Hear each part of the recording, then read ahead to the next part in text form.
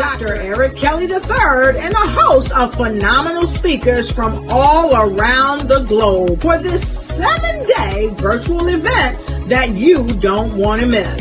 The mission of the Black Business Expo is to raise scholarship money from kids all the way from high school all the way from college. The Black Business Olympics is one of the largest Black business showcases in the world. It is an opportunity for businesses and companies to showcase their businesses globally. We are going to be giving away laptops up to $5,000 away to students. Again, I'm Olivia Appleberry, the founder of 2 Cents Finance and one of the speakers for the expo. I am so excited to see you there. For more info, go to www.blackbusinessexpousa.com or call 919-308-9090 and hope to see you there.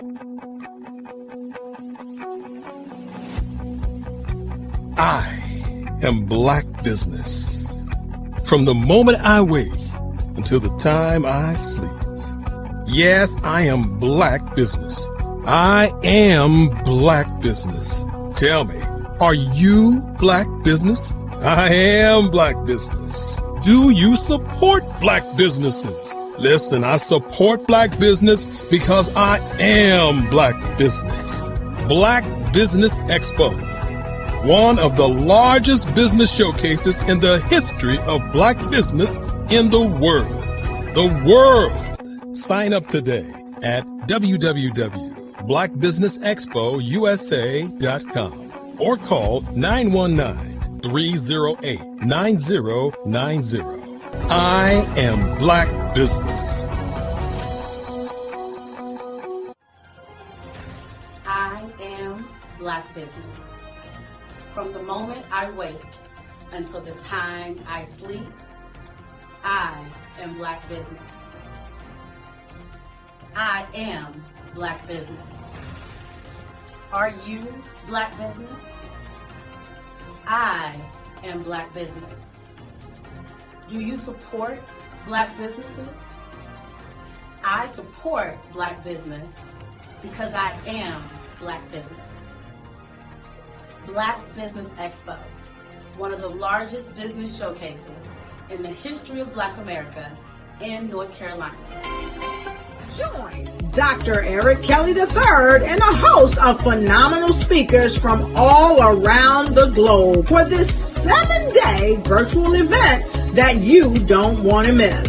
The mission of the Black Business Expo is to raise scholarship money from kids all the way from high school all the way from college. The Black Business Olympics is one of the largest Black business showcases in the world. It is an opportunity for businesses and companies to showcase their businesses globally. We are going to be giving away laptops up to $5,000 away to students.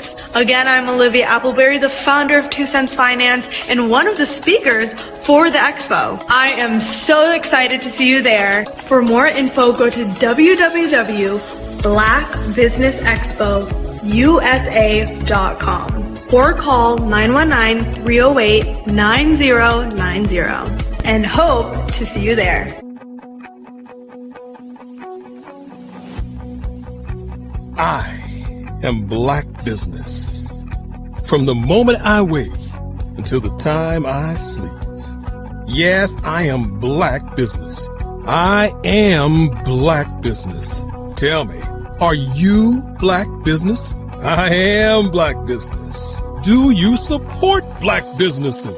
Listen, I support Black business because I am Black Business. Black Business Expo, one of the largest business showcases in the history of Black business in the world.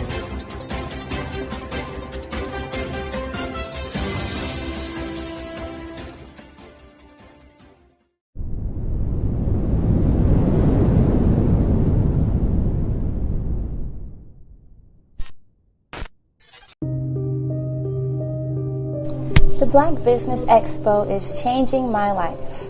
This year, they are giving away laptops and even $5,000 in cash to students just like me. I'm Alexis, and I want to go to college to fulfill my dream of becoming an entrepreneur. Help the Black Business Expo going to www.blackbusinessexpousa.com and also becoming a vendor, a sponsor, or donating.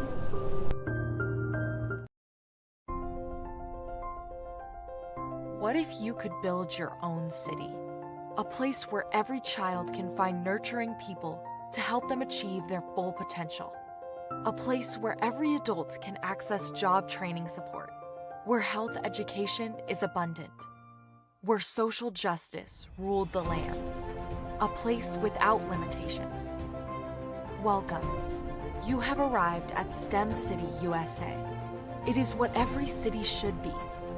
A safe and trusted community where you find people and resources to help you become everything you are and beyond. STEM City is unlike anything you have ever experienced. It is a digital twin of the world around you, only better. STEM City is about energy and soul renewal. It is more than a digital world. You can almost feel the power of live cultural events, music, and theater. STEM City promises a better future for children with caring mentors and hands-on activities with dedicated tutors to support our youth. STEM City is your passport to a healthy lifestyle with weekly events addressing our community's many issues.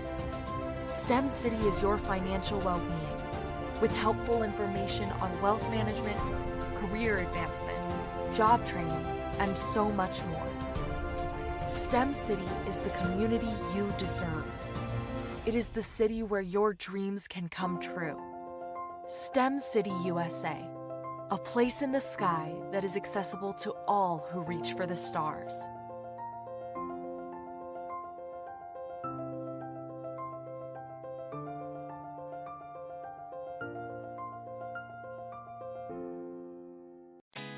Did you know women represent just 3% of Fortune 500 CEOs and less than 15% of corporate executives at top companies worldwide? Have you wondered what the secrets are to getting into the top ranks, whether in the private or public sector?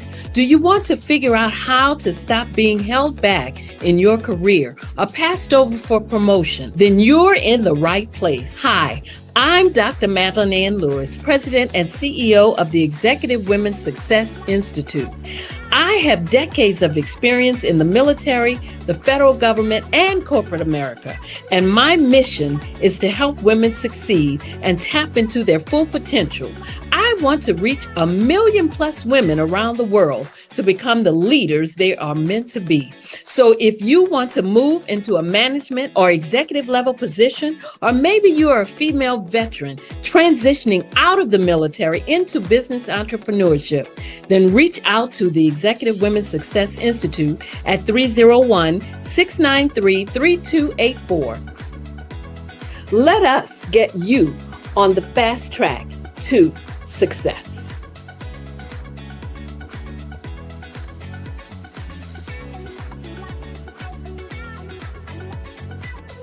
Over the past few years, we've seen the growth of existing and new initiatives focused on financial inclusion, building global networks, and reducing the wealth gap in response to the idea there's not enough seats at the table. Whether their outcomes are to increase the representation of Black executives on corporate boards, ensure an inclusive global economy, or to create new U.S. African commercial pathways, the strategies are often carried out by separate programs. The question is, should they be? With the continent of Africa being home to more than half of the world's fastest growing economies, the youngest workforce, over 400 companies generating more than $1 billion annually, 700 generating more than $500 million annually that are poised for growth, and being the destination of nearly $5 billion in venture capital in 2021. Diversifying U.S. and Africa commercial engagement by building bridges between African businesses and their U.S. diaspora should begin being seen as mutually beneficial. From helping to reduce Africa's enormous capital gap to catalyzing two-way trade opportunities, the COVID-19 global pandemic hopefully has taught us that global challenges and opportunities are more interconnected than we thought.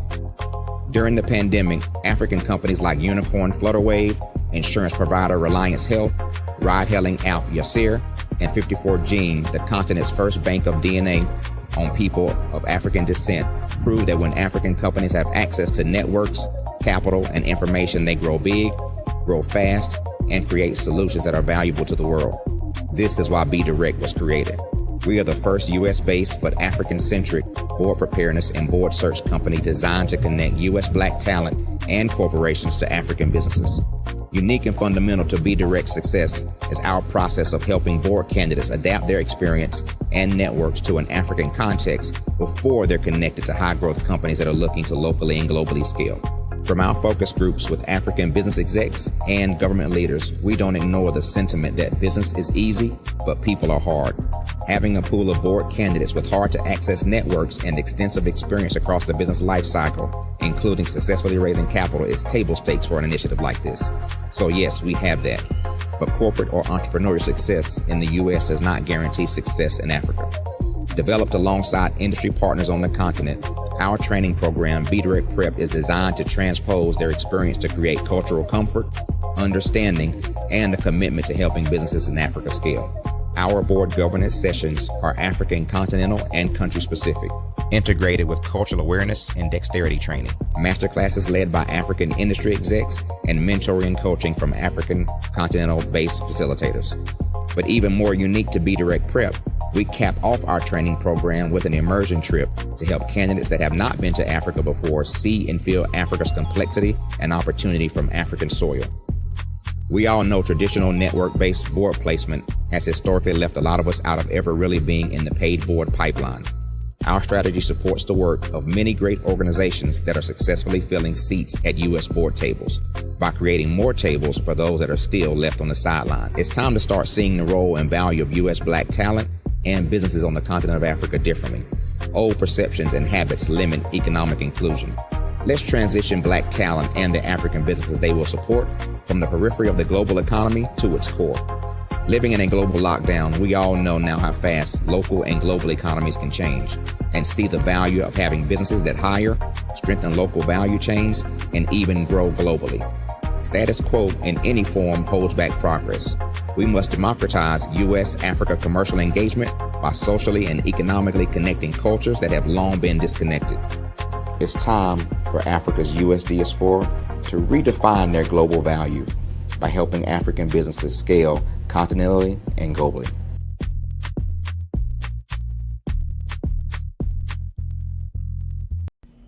Why do I do what I do? You know, my life coach asked me that a few years ago, and she said, Tony, what's your why? And I told her, and she said, girl, you've already accomplished that. Perhaps you need a new why. Hi, Tony Harris, Amy Hoydu with Say It Said Marketing, one of your students. And just wanted to say thank you, Tony Harris, for spending so much time with me and giving me that boost in my business that I. This is Dr. Arnold T. Petsworth. He's the owner of Petsworth Vet World, a veterinary clinic in Hopton, Connecticut. His patients include dog, cat, frog, fish, Goldie, dog, and this alpaca. Due to doctor-patient confidentiality, we can't tell you their names. Business at Vet World was steady, and then quarantine hit. Neighbors brought new four-legged friends into their homes. Bunnies everywhere. Dr. Petsworth welcomed these new patients with open arms. The only problem? There were more appointments than he could manage. That's when Dr. Petsworth turned to his American Express business card, which offers spending potential that's built for his changing business needs. He decided to hire a new assistant, Julio, and with spending power built for business purchases, he used his card to furnish a new exam room. Together, Dr. Petsworth, Julio, and American Express Business made sure all the pets of Hopton got the love and care they deserve. And everyone was happy. Get the card built for business by American Express.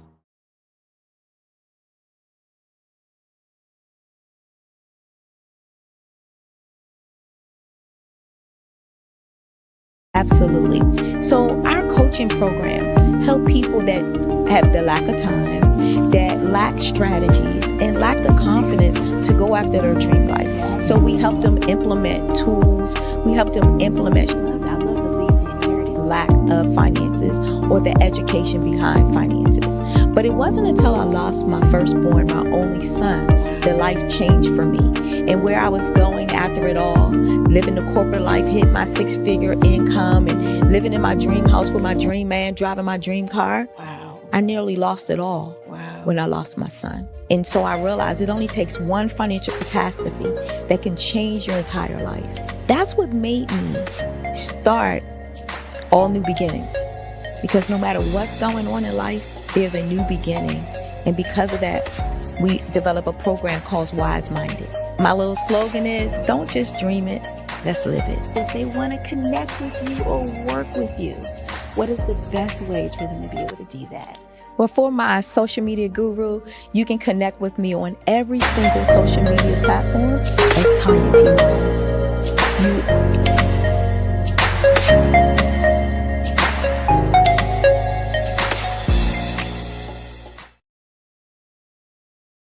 I'm Ramon Ray, founder of Smart Hustle Magazine and smallbiztechnology.com.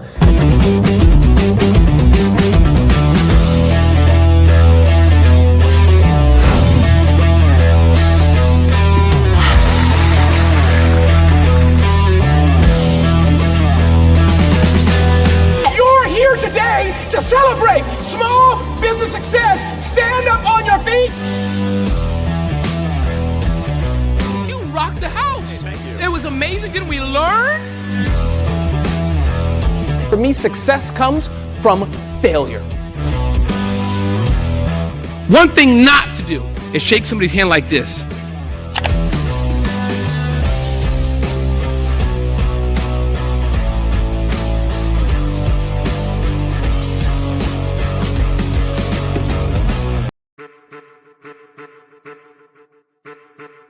I am a child of the Most High God.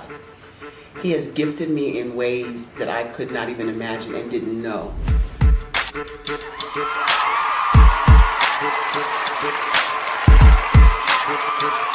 There was a time when I didn't know who I was.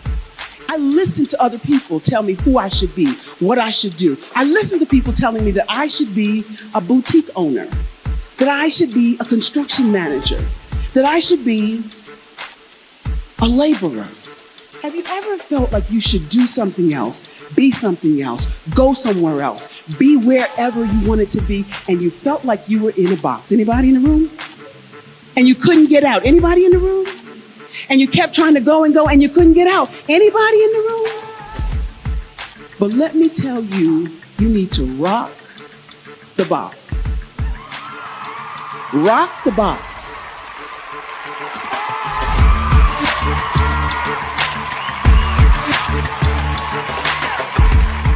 I am engaging, inspiring, and empowering.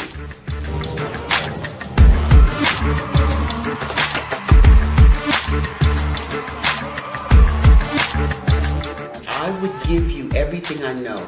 Just by touching you, if I could, by osmosis, give you every single thing I've learned, I've gone through, I know I would. We know that's not possible, but as it is possible, I love to share information with people. Some of you out there, people have told you that you can't be, you can't have, you can't do. But I will tell you, like Kinston said, you can, you must, and you will. If it's to be, it's going to be me. You got to say it. If it's to be, it's going to be. If it's to be, it's going to be. If it's to be, it's going to be.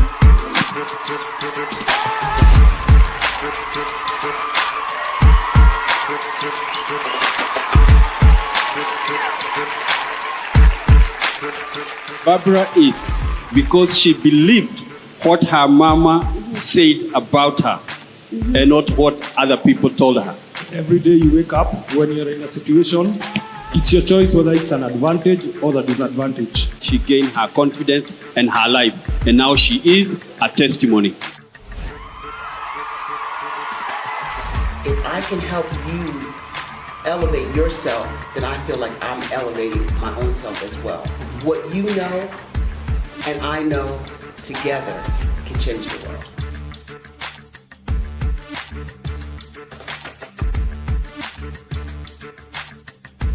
Art to me is a creative expression of something from nothing. You know, it explodes onto the canvas, or it explodes on in my work. One of the things that I try to do more than anything is I try to just give the lines and the movements and emotions and expressions into to what I do. Art really means to me a chance to express how I feel deep down inside. Most of my art begins as a thought that I might have, you know, whether it's sports, whether it's history, whether it's a woman or a man. It pretty much starts as an idea of thought before I get into the actual image of what I'm going to draw. I do a lot of historical pieces. I was a history minor in college, and I love to do history pieces. And a lot of times I'm thinking about history, and then I try to make that history impact you as you look at it. That's one of the reasons I do pictures so large. People ask me, why do I do the pictures so big? And I tell them, I want the piece to impact them as they're looking at it. To kind of dominate them, dominate their space. And most of my pieces I try to do off page. I don't try to do anything that's going to be in those four corners or in a square. And I want your imagination to be a part of the piece that you're looking at.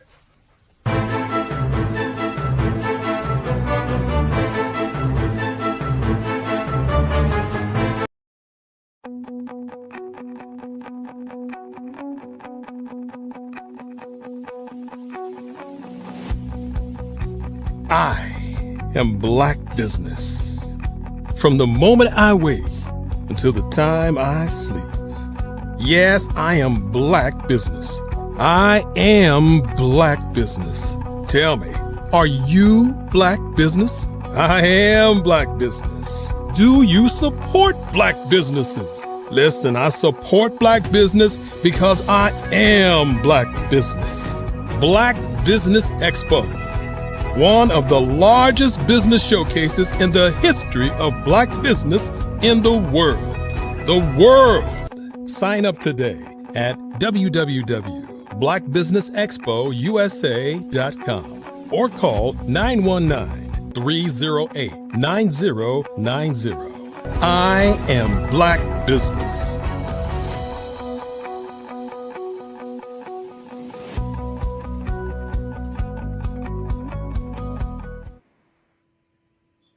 Good day, business owners, entrepreneurs, thought leaders, and corporations. Welcome to the Black Business Network.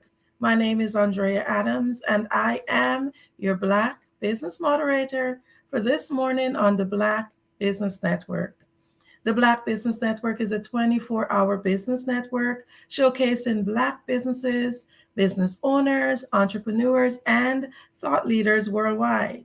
We have speakers from North Carolina, London, Singapore, Africa, Japan, and cities all over the United States. The Black Business Network is a global community sharing its business knowledge to empower, inspire, and educate businesses about business. Our first speaker is none other than our founder, Dr. Eric Kelly III. He is a world-renowned abstract expressionist artist, transformative business leader, a visionary abstract artist, humanitarian, entrepreneur, author, poet, producer, scientist, and photographer. Also a community activist whose work is centered around promoting world peace and exploring the dynamic interplay in his art of bold lines, expressive colors, and human connection. Dr. Kelly spans over 60 years of work within his career. In addition to his artistic achievements, he's also an influential figure in the business world as the founder of Kelly Worldwide Advertising Agency. He facilitated multi-million-dollar campaigns and established himself as a branding, advertising, and marketing expert. After retiring from advertising at the age of 45, He dedicated himself to the daily love of his art, drawing, painting, exploring themes of history, humanity, and global unity through his craft. He has also authored books, including the groundbreaking Who, What, When, Where, How, and Why book. Turn your imagination into compensation. He is also the architect of innovative programs like the Mind Print Growth Calculation and Global Business Operating System University, aimed at helping entrepreneurs, consultants, and leaders achieve personal and professional growth. Ladies and gentlemen, I have the honor of welcoming our founder, Dr. Eric Kelly III. Good morning, good morning, good morning. Good morning, Dr. Kelly. Genius. It's always great when we get an opportunity to come before you. It's going to be a long, long day as we look at businesses from around the globe. So as we get prepared, what I'm going to do before I get started, I'm going to go ahead and let everybody know why we are here, because many times people think that we're just here to say hello and hi and all those good things. So let's go to a commercial break and we'll be right back. How many times have you been asked to help someone you didn't even know, a student, a business entrepreneur, or did you ever even ask, where did they end up? That business, that friend, that entrepreneur. Well, just maybe they ended up in a gang, bankrupt, homeless, or worse, dead. Maybe they turned to crime, drugs, and alcohol. Did you ever wonder? Did you destroy their dream, or was your life always so easy? At the Black Business Olympics, we started a movement to help students complete. Give them hope and foster success. Help them to leave their dreams of providing laptops, computers, and up to $5,000 in scholarship funds. Today, we ask you to help a student, a business owner, or an entrepreneur to realize their dream by sponsoring them, supporting them, and buying from them. Consider this. With $1.6 trillion in our Black community, we only ask for a small donation for our students, our businesses, and our entrepreneurs. And you can change a life today. So I ask you, what are you going to do? Sit on the sideline and watch our students in high school be losers, miss out on their dream from lack of resources? Or are you going to donate to the movement and change their future and yours as well? Give us a call today at 919-308-9090. Change their life by investing with action to the Black Business Olympic Fund. The Black Business Olympics, one of the largest business showcases of Black business in the history of the world.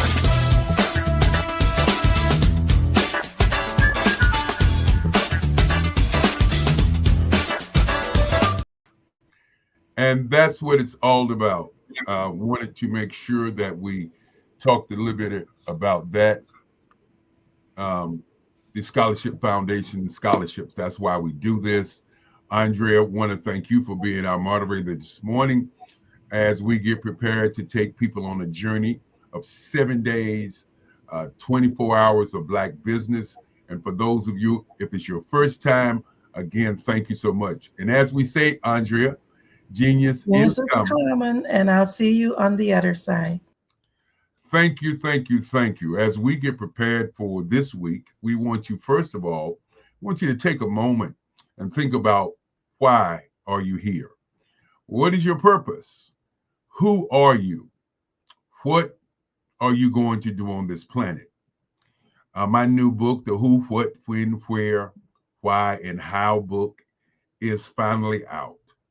And the book really talks about your operating system, your personal operating system, and your your business operating system. You know, the Black Business Olympics is a show or a broadcast that brings people together from around the globe. We've had over 7,000 speakers to speak on the platform.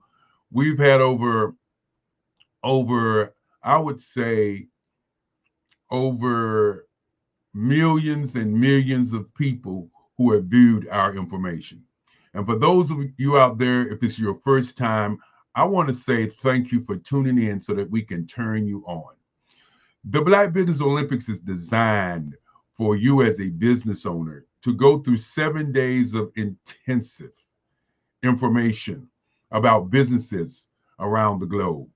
The first day is today, which is Monday, which is economics, empowerment, inspiration, and of course, education. When you're looking at your business, you want to think about why you're opening your business. What inspires you to be who you are? What inspires you to do the business that you're doing? Then tomorrow, which is Tuesday, we convene on advertising, public relations, marketing, branding, and of course, PR. So those are the kinds of things that you have to discuss with yourself once business begins. How am I going to advertise? How am I going to market? How am I going to drive my product to the marketplace? As my great grandfather said, you know, the number one thing is thinking. Number two is sales. Number three is, of course, research. Number four is attitude. Number five is being relentless. But the number one, even after I said those five, is to listen. And that is to listen not only to your customers, but listen to your heart. Listen to what you want to do with your time on the planet. Now, on Wednesday, we'll do 64 ways to market and advertise your business on the internet. I think many people are missing this. Marketing yourself on the 7 social media sites that are out there. Many of you are in business, but ask yourself, do you market on the free network? And what I mean by the free network, you know, there was a time, and I remember that time when I ran Kelly Worldwide, where you had to pay for advertising. You had to pay for billboards. You had to pay for radio. You had to pay for television. You had to pay for newspaper ads and newspaper inserts. All of these were a part of your advertising mix, your marketing mix. And so today, you don't have to pay. You can post on the different platforms. You can post on Twitter. You can do a show on Facebook, on YouTube. You can do a live show on TikTok. You can do a live show on so many of these social media platforms, LinkedIn if you're into business. And you don't have to pay anything. You can get what we call organic marketing, where people will come and see what you're doing. And I think that's one of the things that many people don't look at. Are you posting on these free networks? Because these free networks has people who want to know what you're doing. And so I want you to think about that this morning as you think about this week of speakers. And then, of course, on Thursday, we do diversity, equity, inclusion, and access to capital. With the way the climate of this country is, diversity, equity, and inclusion, but more important, asset to money is very critical and key in terms of your business. And so this week we'll have people talking about that. And then, of course, Friday, which is Generation X versus Generation Z and Generation Alpha. How to bridge the digital and generational divide. Let's not forget that the baby boomers are still booming. We are still here doing what we do. But more importantly, we want to connect to this area of business because The average age on the planet is 27. I want you to think about that for a moment as you look at your business plan, and what you have in store. The average age is 27. If your business is being pushed toward the 40 and 50-year-old audience, in 10 years from now, you will be out of business. You will be scrambling for new customers. So today I want you to think about how to move your company's business toward a crowd that's up and coming.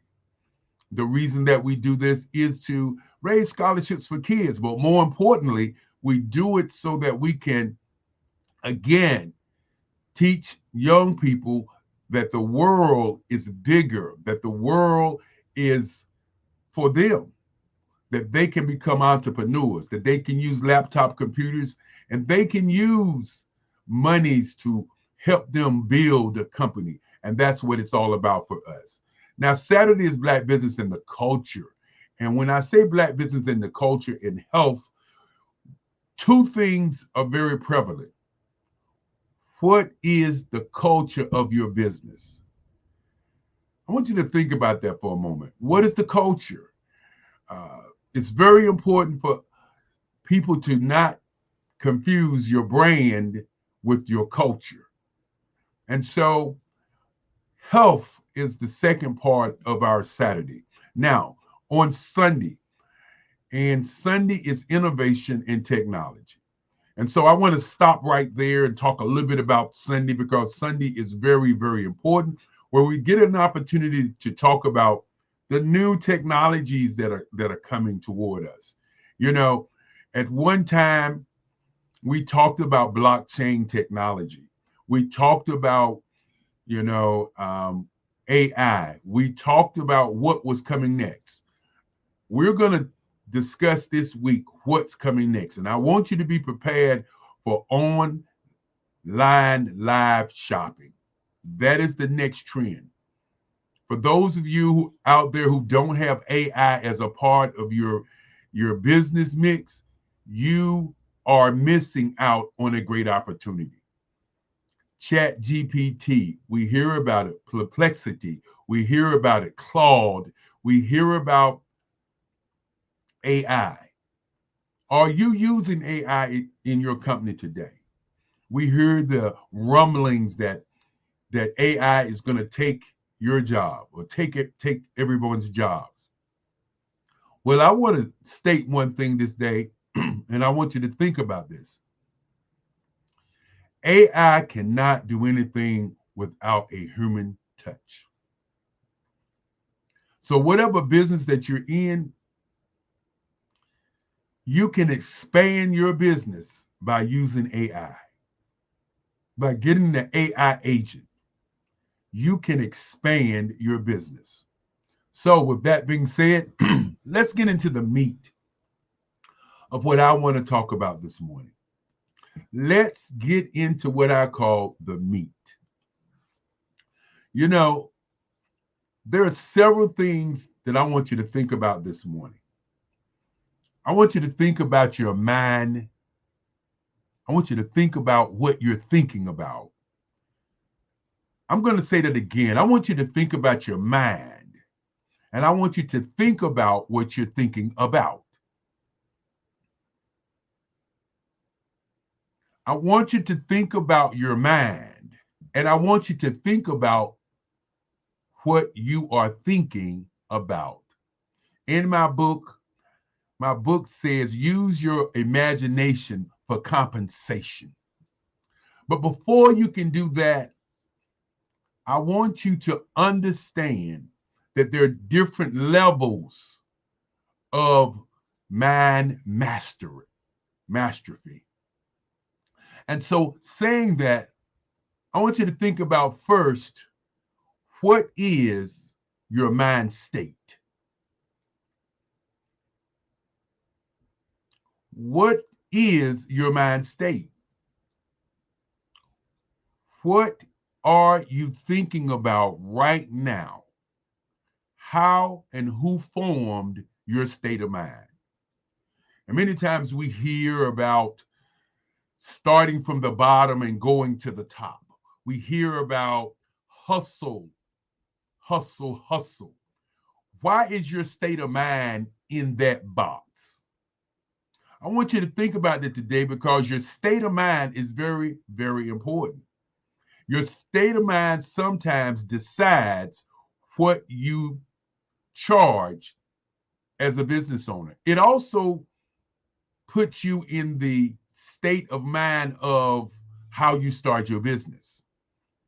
Many times I'm counseling people and they're asking that question. What do I charge for my products or what my services are? And I say to them, look at the industry and start where the industry started. Now, your mind, your state of mind is important, but what is your mindset? We hear that word a lot of times, your mindset, your mindset, my mindset, her mindset, your mindset. Who set your mind is the real question. When we come from different backgrounds and we're doing business with different people and we're talking about starting businesses, who sets the tone of what you charge? Who sets the tone of what you value? As my great-grandfather would say, if you don't value your value, then your value will not be valuable.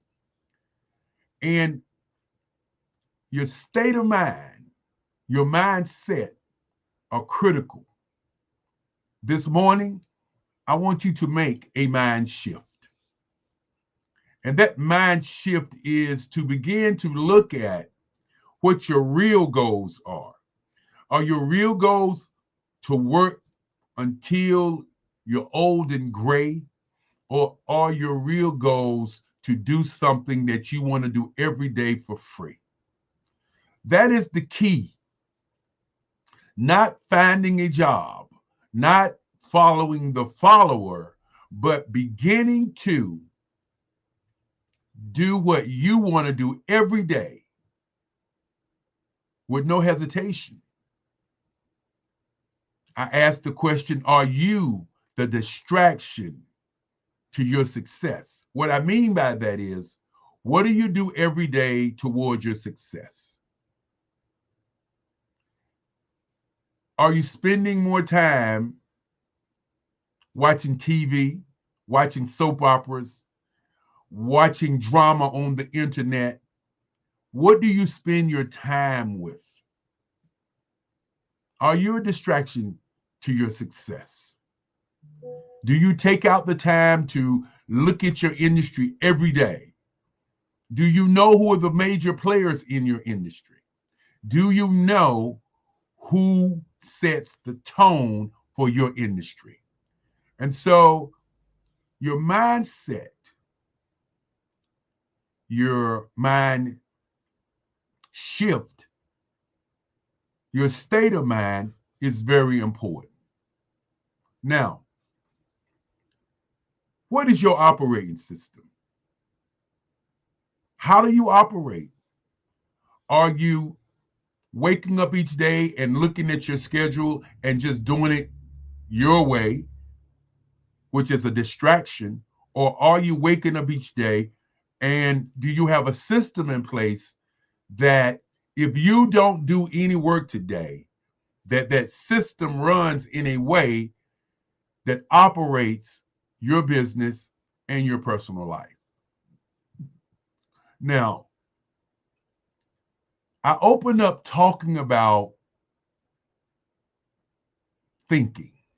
I open up talking about your mind.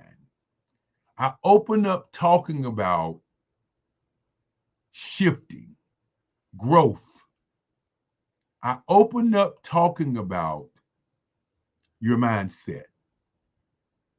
But let's get into your mind print for a moment. Your mind print is very, very important because it details and it breaks down what your mind shift is going to be, your mindset, what your growth is going to be. It breaks down how you're going to operate. And so let's just look at your mind print. In the mind print that I talk about your gray print. Your gray print is your subconscious mind.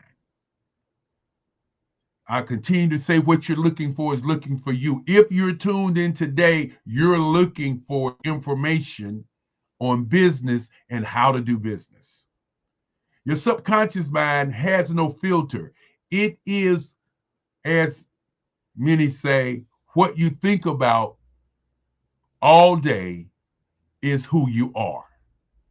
So your mind print and your gray print inside of your mind print is an open valley of conversations, of thoughts, of dreams, of what you think about each day.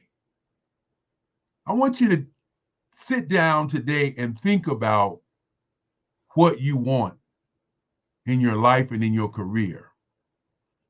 And then I want you to pay attention to the signs that are around you. And this is a part of your subconscious mind that many people just miss. You think about what you want, you think about who you are, but do you look and watch and listen for the signs of your progress? Now, in your mind print, there's also what we call the red print. And that red print is how you show up each and every day. Think about it. When you have an interview or business interview, do you show up an hour before time, 30 minutes before time, just in time, or a few minutes after time? Your red print is what people see when they see you. When they look at you, when they talk to you, what you exude is your red print. It's the blood that courses through your body that allows for you to be seen by others. Now, your blueprint. Think about your business for a moment and think about your industry. I want you today to look at your industry and look at the top 3 companies that are in your industry. Many times I'm talking to clients and they're saying, well, I do this my way. There's nobody like me. Okay. Now, there are 8 billion people on the planet. 8 billion. So you're saying that in 8 billion ideas and minds that nobody's on the planet doing what you're doing. The question is, why do they have a word called industry? So no matter what business you're in, no matter what you're doing, somebody is doing something similar. And your blueprint many times is the key to your business.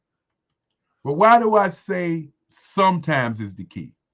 Because you have to look at your green print. I talked about your gray print, which is subconscious mind. I talked about your red print, which is you.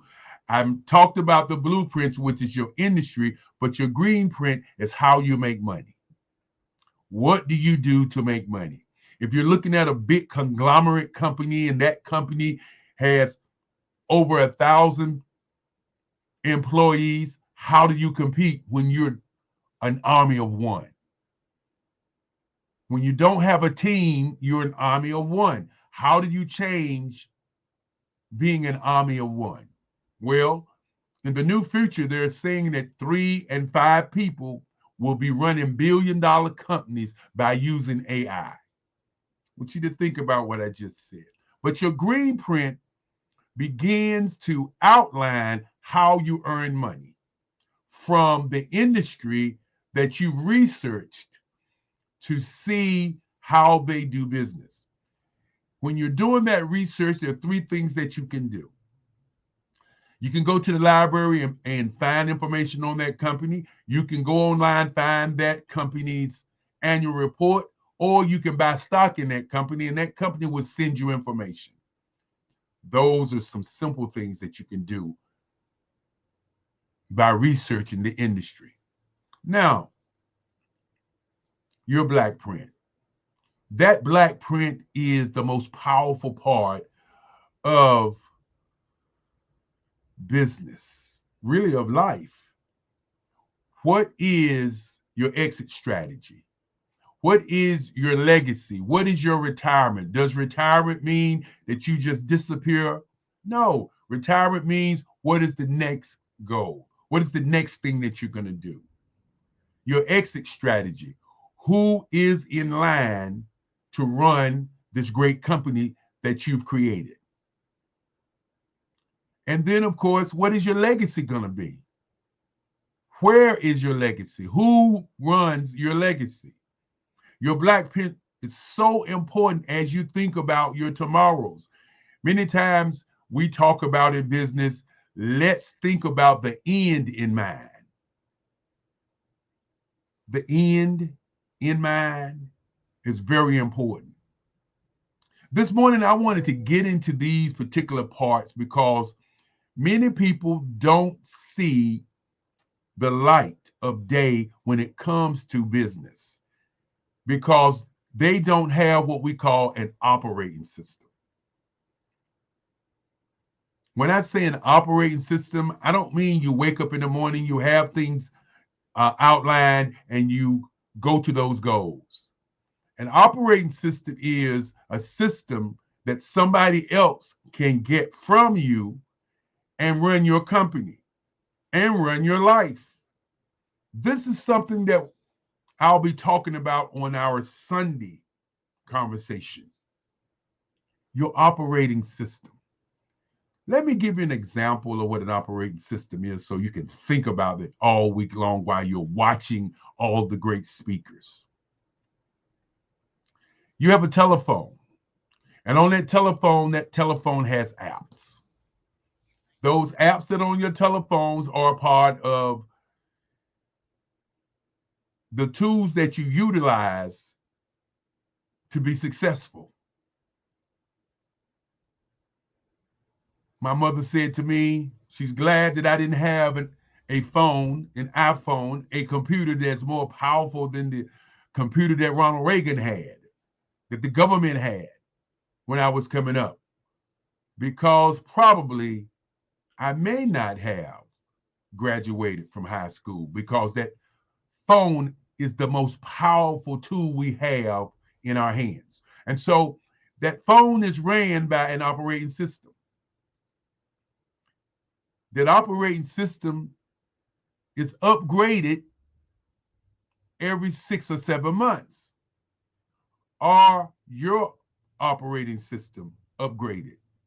Do you take out the time to see how you move, how you handle stressful things, how you optimize your mental health, how you deal with assumptions, how you move? Your operating system is a system that gives you the keys to being successful, makes you efficient, transforms lives, but more importantly, transforms businesses. Your operating system. If you don't have an operating system, how do you move? How do you create? How do you really, as the young people say, get to the bag? When you don't have an operating system,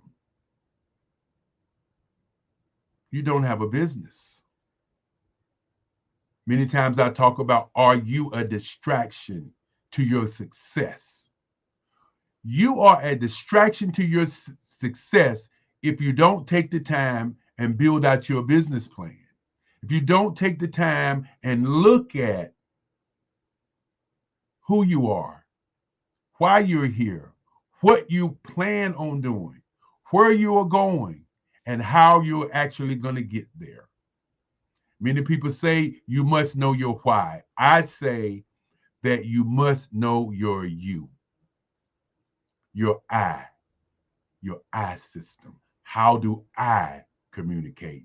How do I move? Today is going to be a great day. Today is going to be another day that you get an opportunity to build your great companies. And to all of the business owners who are here this whole week, I want to say to you, from me and my family, thank you, thank you, thank you. Because without you, there's no business. And to all of the youth that are watching, thank you for tuning in, and thank you for choosing all these great speakers. I said earlier, and I don't want you to miss this, that the next wave is going to be selling live. We have been selling live for the last 6 years. That's why these business owners come to do an infomercial on our network live to sell their products and services. You're going to see an increased activity on selling live products and services online. Because truly, online, can you reach people who are looking for what you have to share? As I say, what you're looking for is looking for you. You have to understand this phone right here. This is free. The world sits behind this paywall. What are you doing with it? How are you utilizing it? Today has been a day to begin the Black Business Olympics once again. And for those out there who would like to speak on our platform, please feel free to go to Black Business Expo USA and sign up. Think about it like this. When you don't exist in the minds of your audience, then your value is not valuable.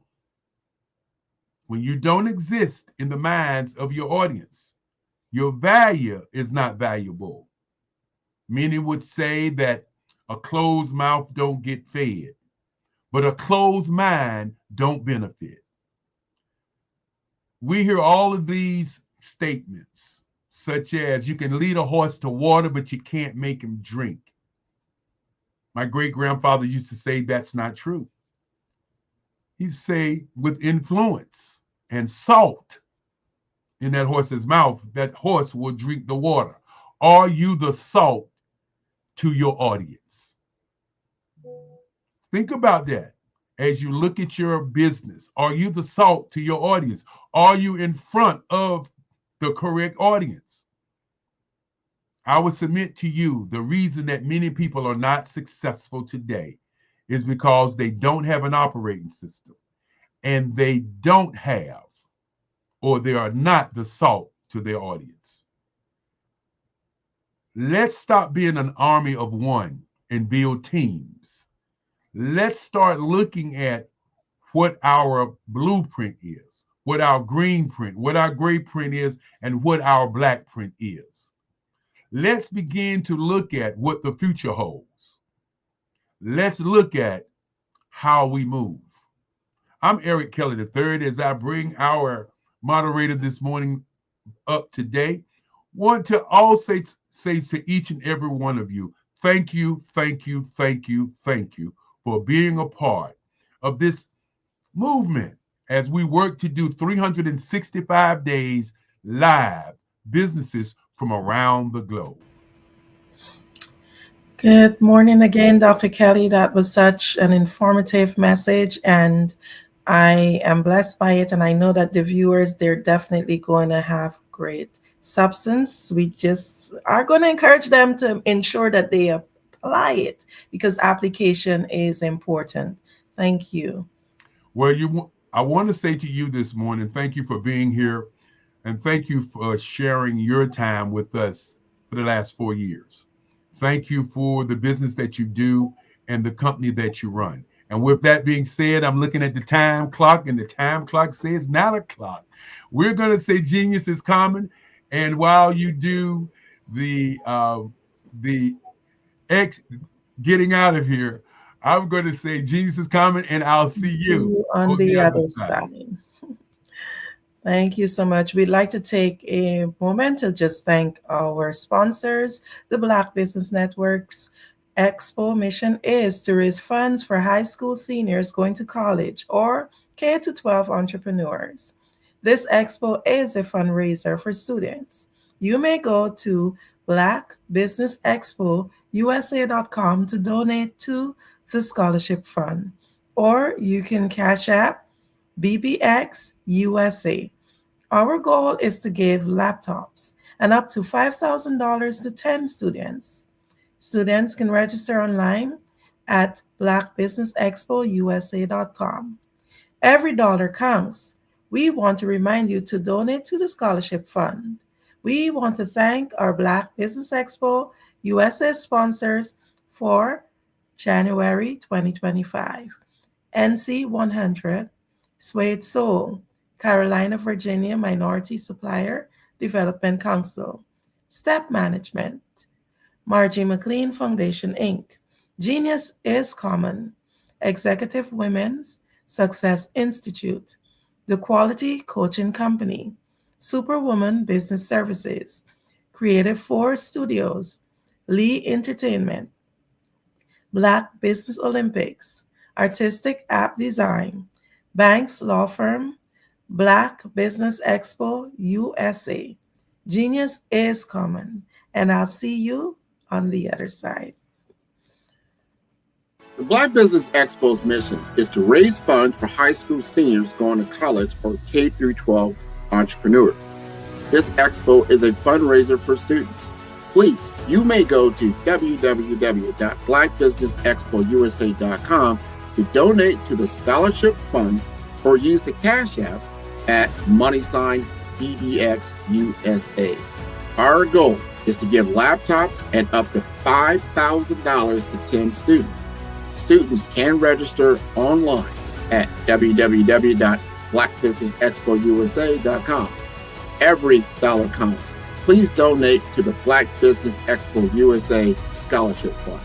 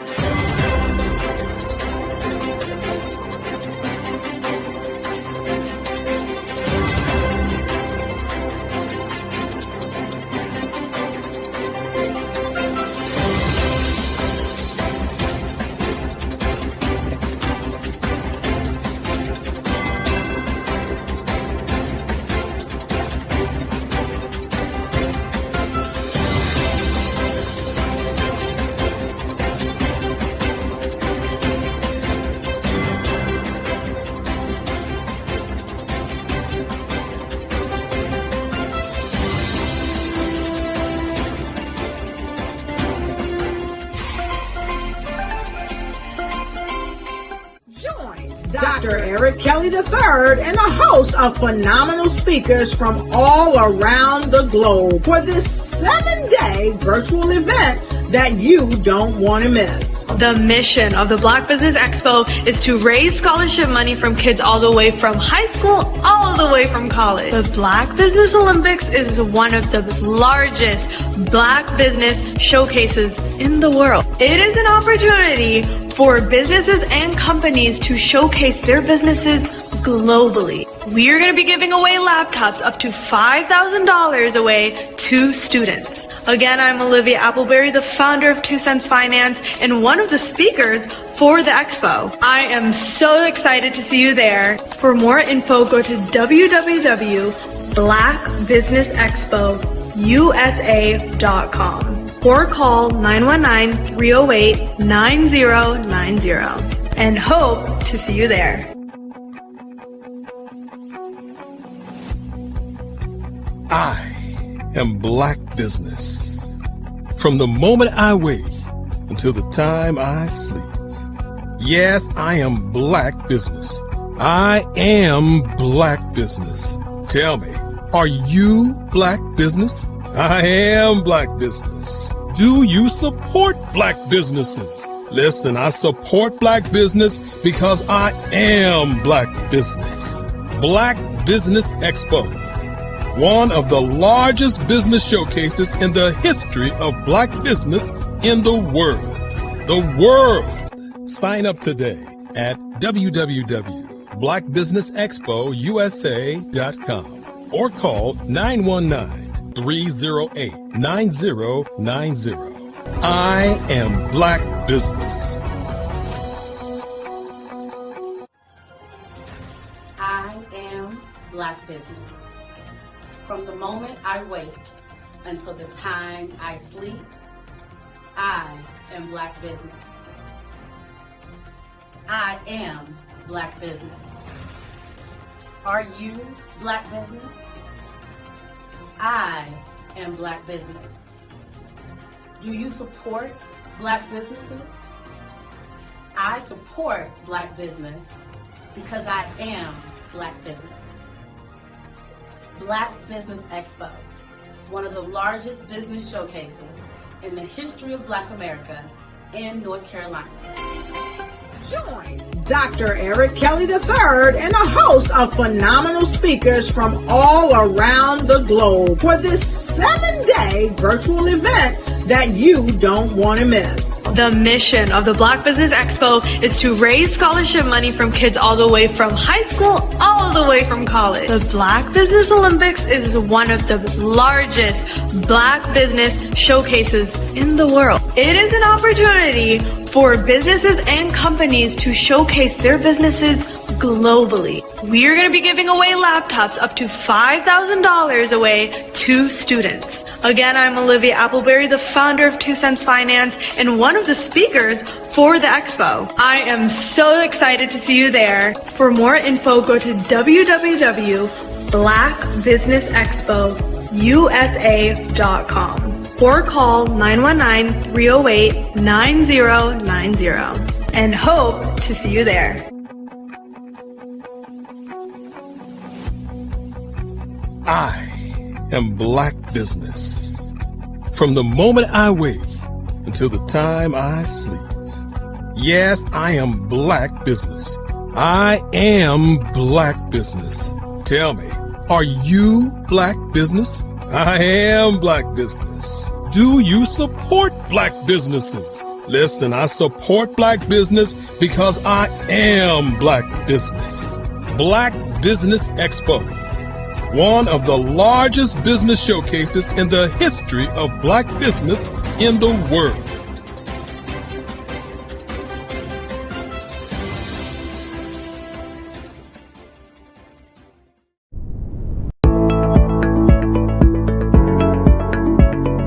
Prepare for what's coming and dominate in economic winter.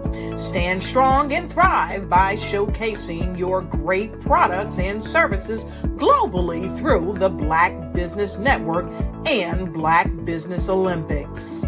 The Black Business Network has showcased over 2,000 companies with over $7 billion in sales each year.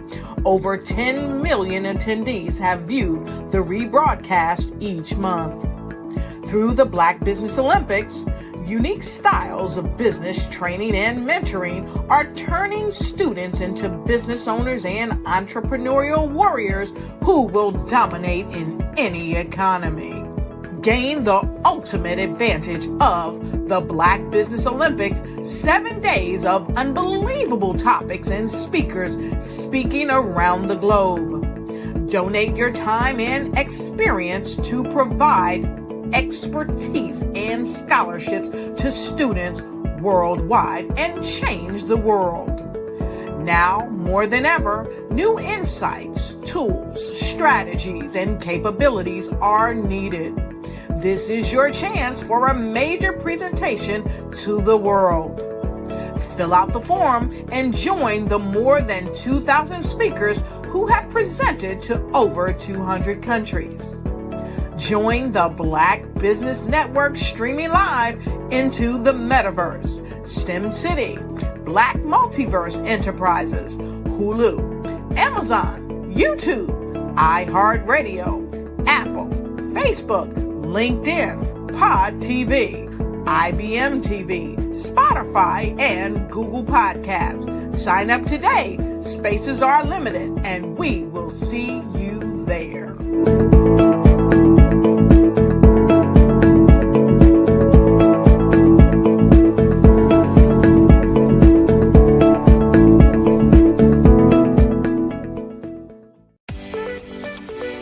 You are in the right place at the right time. The Black Business Network opens again for its Black Business Olympics, a 24/7 broadcast on business, strategies, global branding, social media marketing, finance, advertisement, and much, much more. Featuring the top, most powerful entrepreneurs and speakers and thought leaders from all around the world as they gather together for this phenomenal event. Join the Black Business Network streaming live into the metaverse, STEM City, USA, Black Multiverse, Pod TV, Roku, Hulu, iHeartRadio, Apple TV, YouTube, TikTok, Instagram, Google Podcasts, Facebook, LinkedIn, IBM TV, Spotify, and Twitch. Tune in today and be a part of this amazing movement. The Black Business Olympics welcomes you.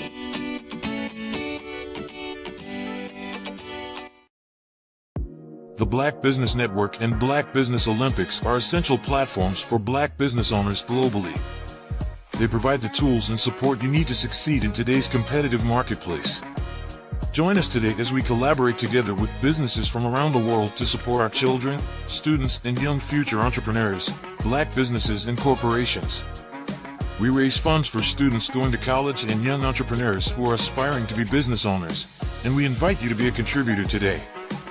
Visit the website www.blackbusinessexpousa.com to connect with and learn more about how the Black Business Network and Black Business Olympics can help you not only share your amazing business story to businesses, but also serve future generations. Hello, my name is David Jones, CEO and co-founder of the Hello LLC, where we help businesses build a culture, brand an experience, and leverage technology to pivot into Web3. Join the Black Business Network streaming live into Roku, Metaverse, STEM City, Black Multiverse Enterprises, Hulu, YouTube, iHeartRadio, Apple, Facebook, LinkedIn, Spotify, Twitch, and Google Podcasts. Tune in, turn on, and let's thrive.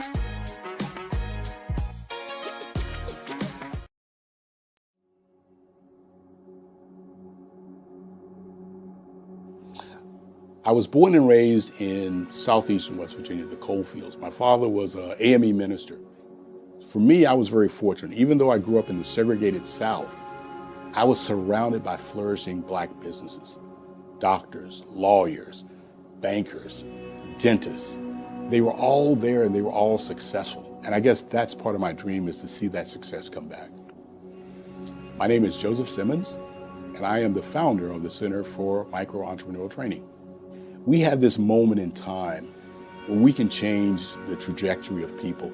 And our focus is on women, Black and brown entrepreneurs, and their access to capital, their ability to build thriving businesses, the ability to employ people. There's a study that showed that in those three communities, especially Black and brown communities, $1 stays in those communities for 30 minutes. In white community, $1 stays in their communities for 8 hours. So think about it.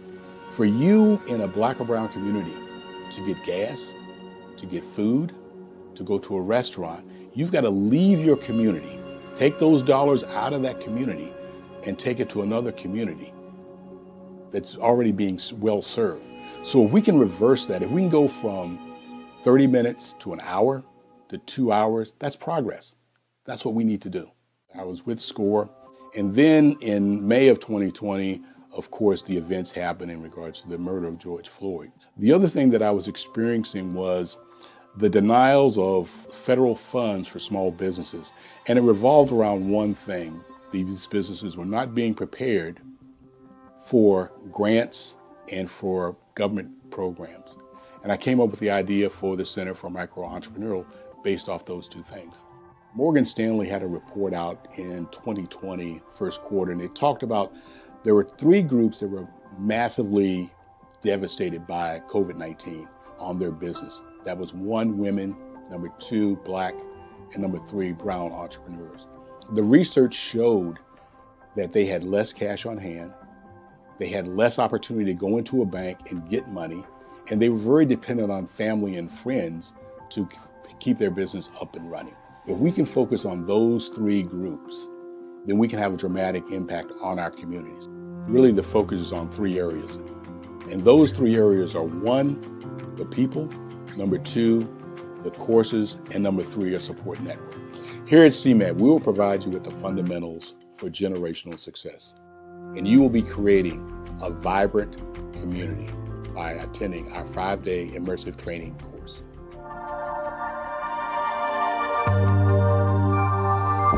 I was born in a little village on the island of Haiti. Many deadly diseases pounded me. It is as if they were on a mission to end my existence on this earth. I refused to give up. In 1983, I left Haiti and came to the United States of America. And I came with $5, 2 shirts. I didn't speak in English. I came to Atlanta. I got a job. I was a doorman. I was a doorman with a dream. What I used to come on stage. I'd rehearse this moment that I'm standing in front of you. That's the power of a dream. Maybe today is the day you begin acting as if you already have it. And then step out with full force. Take a risk. No condition is permanent. Don't let your situation distract you. You are chosen.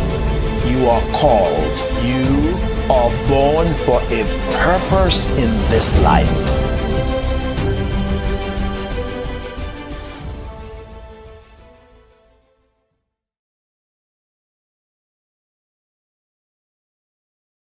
Are you a forward-thinking entrepreneur or business owner? The world is changing faster than ever, and it's time to pivot and adapt to the future. Hello LLC is here to help you do just that. Hello stands for helping enterprises leverage leading-edge optimizations. Our innovative solutions can streamline operations, reduce overhead costs, and give you a competitive edge in a market projected to reach $5 trillion by 2030.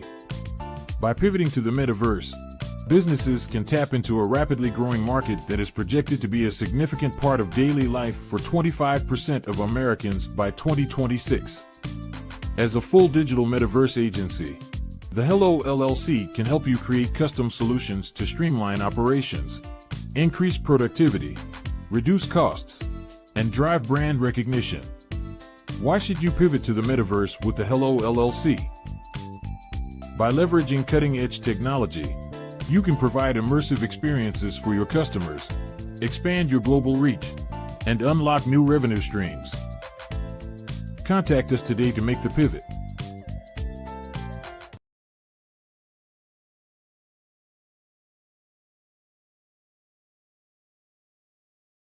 Content creators, welcome to Fave Unite TV. Hey, are you struggling with having your content stand out from the crowd? Or is it that you're overshadowed by others who have more resources, followers, and influence? The good news is wherever we are, you are too. We help you grow your online presence and optimize your visibility, which gets you closer to your audience so you can build trust and loyalty. By using the power of our network, we help you build yours. Fave Unite is a powerful tool to connect you with your friends, followers, and fans. And when fans rule, everyone wins. Join us. FAVE stands for Fans, Artists, and Venues. Submit your content today.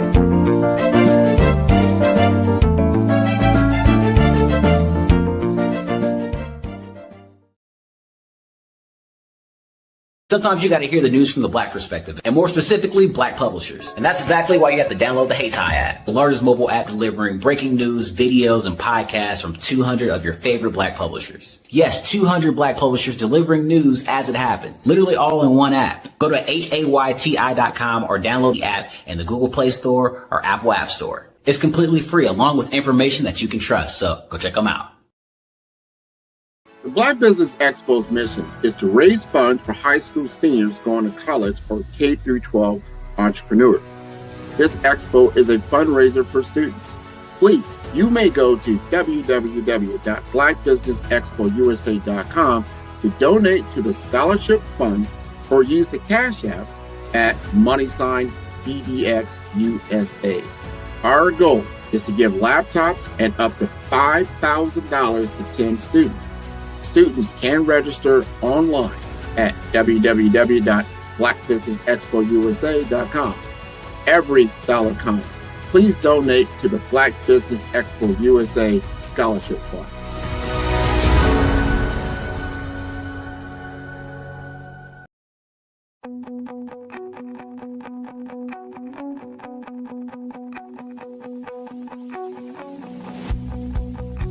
I am Black Business.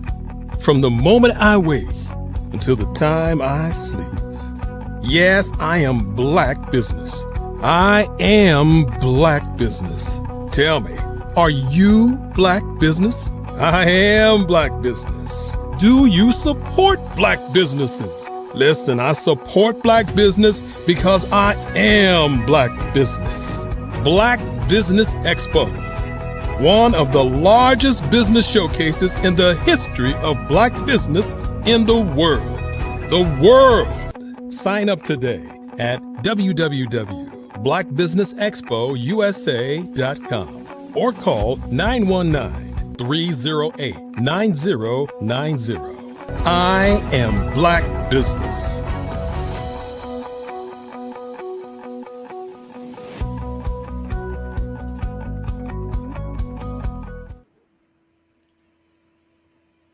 Good morning, business owners, entrepreneurs, thought leaders, and corporations.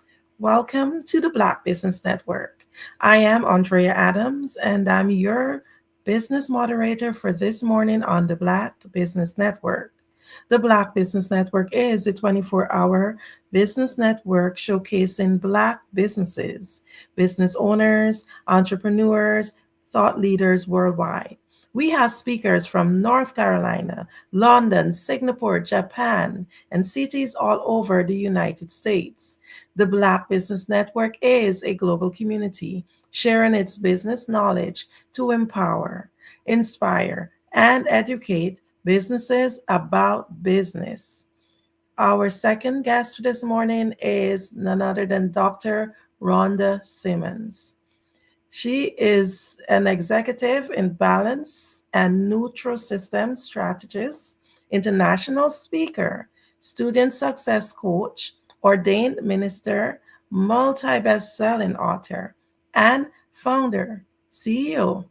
With over 30 years in ministry and 15 years as a state-certified educator and principal, Dr. Simmons empowers C-suite and neurodivergent women to find balance without burnout in their marriages, careers, and callings.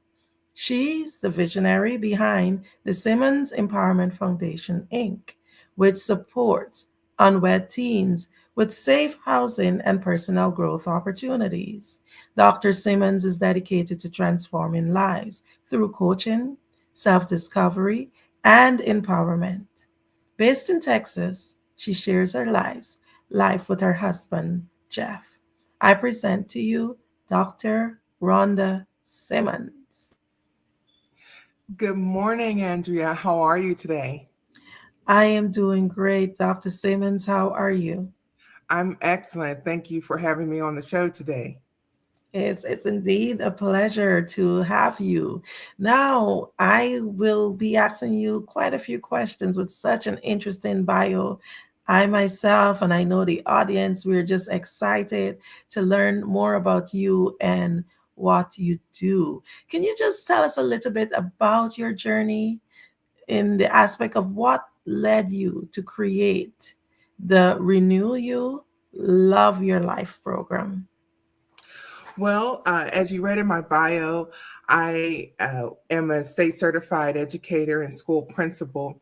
And when I became a school principal, which is something that I had been wanting to do since the first day of teaching, I realized very, very quickly that to whom much is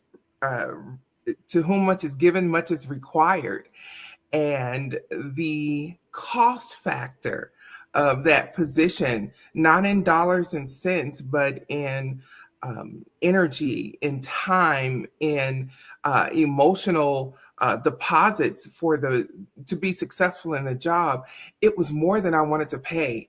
And Andrea, let me tell you, it got to a point where the longer I stayed a school principal, the sicker I got. The more unhappy I became because I was so exhausted, and I didn't realize how burned out I was until I took the courage to make the leap of faith and resign from my position as school principal, because as I told my husband, dead people don't work. And I realized that the sacrifice was more than I was willing to pay. But most importantly, Andrea, is that I realized that although being a school principal was my dream, it did not align with God's purpose for my life. And that misalignment was causing me so much angst and exhaustion and burnout until once I resigned, it took me almost 2 months to recover from that burnout. And I realized that there had to be way more executive women like me who were trying to do it all and have it all at all costs, and it's not working. And so that's why I developed my program, Renew You, Love Your Life. Did you know women represent just 3% of Fortune 500 CEOs and less than 15% of corporate executives at top companies worldwide? Have you wondered what the secrets are to getting into the top ranks, whether in the private or public sector? Do you want to figure out how to stop being held back in your career or passed over for promotion? Then you're in the right place. Hi, I'm Dr. Madeline Ann Lewis, President and CEO of the Executive Women's Success Institute. I have decades of experience in the military, the federal government, and corporate America, and my mission is to help women succeed and tap into their full potential. I want to reach 1 million plus women around the world to become the leaders they are meant to be. So if you want to move into a management or executive level position, or maybe you are a female veteran transitioning out of the military into business entrepreneurship, then reach out to the Executive Women's Success Institute at 301-693-3284. Let us get you on the fast track to success.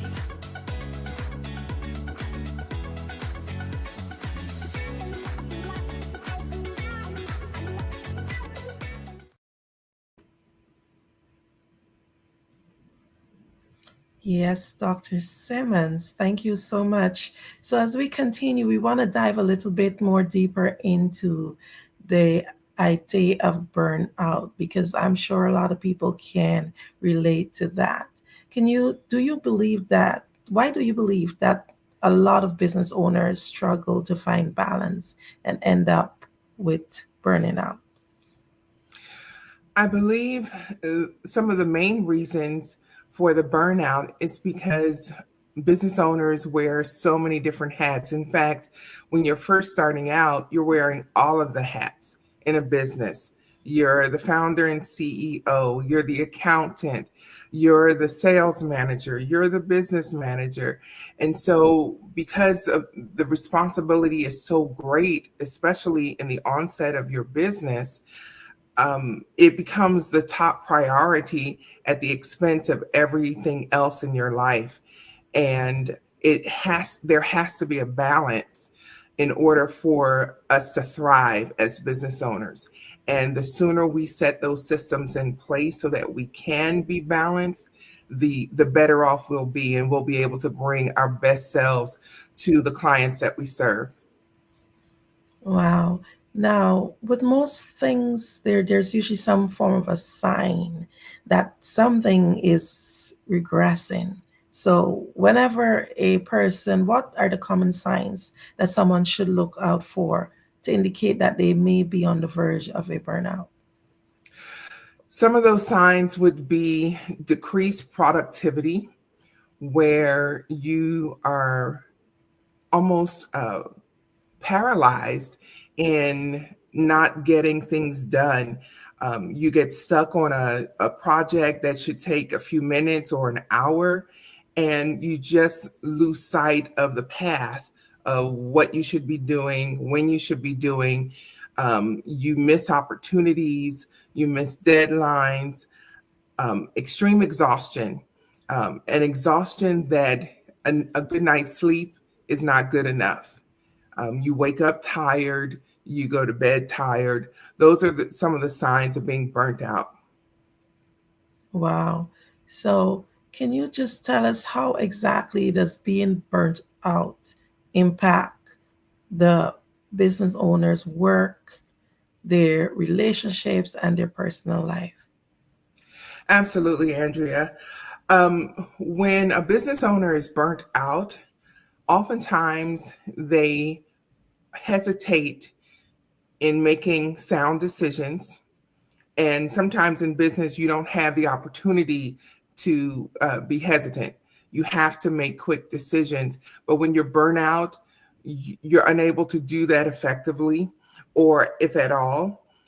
You're also, as I mentioned, missing those opportunities. Sometimes things happen at the last minute that are wonderful opportunities that need to be addressed right then. But because you're burnt out, you can't add one more thing to your plate because there's no room. Your relationships are affected when you're burnt out because, for example, if the business owner is married, family and children and spouses tend to take a back seat, all for I'm trying to create a better life for my family. And even though the intentions are good, the family is suffering because the family didn't come into existence because of the business. They came into existence because of you. And you're the glue to the family. And so when you're not present, and even though you may physically be there, but when you're not there emotionally and in a way that you can communicate with your family, then that burnout is taking its toll on your relationships very deeply, and something has to be done. Amazing. So, what are some of the hidden costs of burnouts that the business owner might not be aware of? Well, one would be the physical toll, because when you are burnt out, you cannot operate at peak performance. You just can't. It's not possible when you're truly burnt out. And sometimes, Andrea, as business owners, we take on a mentality of a superhero. We can do it all. We can run through troops and leap over walls. We can handle anything and everything because, we're a superhero. Well, our physical bodies didn't get the memo. And so the burnout can affect us physically so that we cannot function at the level that we want to. As I like to put it, sometimes your body can't keep up with your brain. Your brain is there, your brain is on it, but your body is saying, no, not today. And so that's one of the tolls in your relationships, whether you're a parent or a spouse.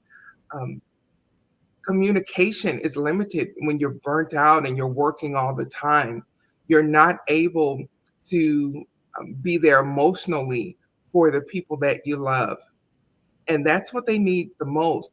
You understand that in a family, it's not all about the taking, it's also about the giving. And when you are burnt out, you have nothing left to give. And so it's affecting your relationship. And so for all the time and the energy that you're spending, you're losing more than you're gaining. And our families need us. That's how societies are built. That's how uh, things grow, and our next generation comes behind us when the time is taken and invested in our families. And when we are burnt out, we are um, overdrafting that investment on our families. Okay, so they say whatever goes down must come up. So if somebody's burnt out, literally that's on the ground. But there's always ways to get back to your optimum self. Can you share some strategies or tools that can help someone who's burnt out to regain that balance? Yes, yes, ma'am. Number one, you have to take the time to set some healthy boundaries. Your work hours should not be 24 hours a day. You have to set some healthy boundaries where there is a definite start and end time. I'm not saying that we should be less effective, not by any means, but there has to be a healthy boundary so that there's a time when we can turn off the CEO side of us and be a parent or be a spouse. Um, and so set healthy boundaries that way.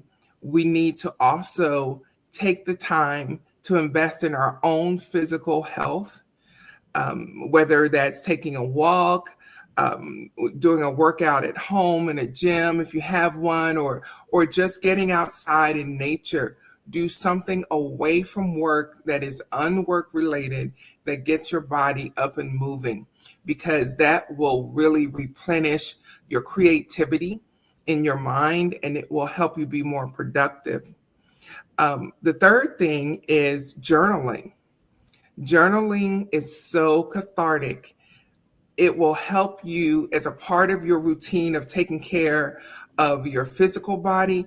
Journaling will help take care of your psychological sense, because you're writing just informally whatever comes to mind, and you're writing, and you will find that you'll come up with some wonderful ideas that you hadn't even thought about that would solve whatever problems you're dealing with in your business.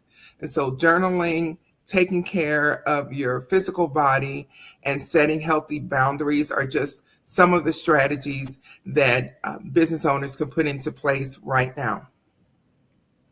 Thank you so much. Everybody loves to see a transformation. They love to see the after of a great transformation. Can you tell us what can someone expect from working with you through the program? What type of transformation? Yes, what they can experience and expect through the Renew You, Love Your Life program is that they will find the peace that centers them as they set goals. Andrea, let me just pause for a moment and say one of the biggest, most powerful things we can do in any program or anything that we do is to take a few minutes to imagine the life we want to live. And so many times we are limited by past experiences, we're limited by the present. And so when we set those goals, not 1,000 goals, maybe 2 or 3, no more, just start with that 2 or 3 goals of a life that you want to have. Then we work through the barriers that are preventing those goals from happening. That's very powerful, Andrea, because obstacles come. That's a part of life. Hardships come. That's a part of life.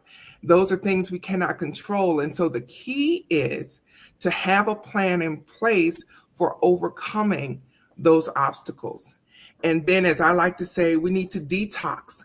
There are some things that have to go from our lives, some habits, some negative ways of thinking they have to go from our lives. And so that's a part of the process. After you have your goals, then you're working through the things that need to be let go of. And then comes the most powerful point, and that is we're creating a concrete, actionable plan for how you're going to make those goals come to pass. That has to happen, and it looks different for everyone. And so the strategy, the plan is very personalized. And sometimes, even though I'm explaining this in just a few minutes, sometimes the process takes longer for others because there's a lot to work through. There's a lot of hidden things that are affecting who we want to become that we really have to dig deep and work through and resolve in order for those goals that we have established as the client, that the client has established, to come to pass. And so they can expect a transformation that happens over time until they get to that point where they realize, oh my goodness, I will never be the same.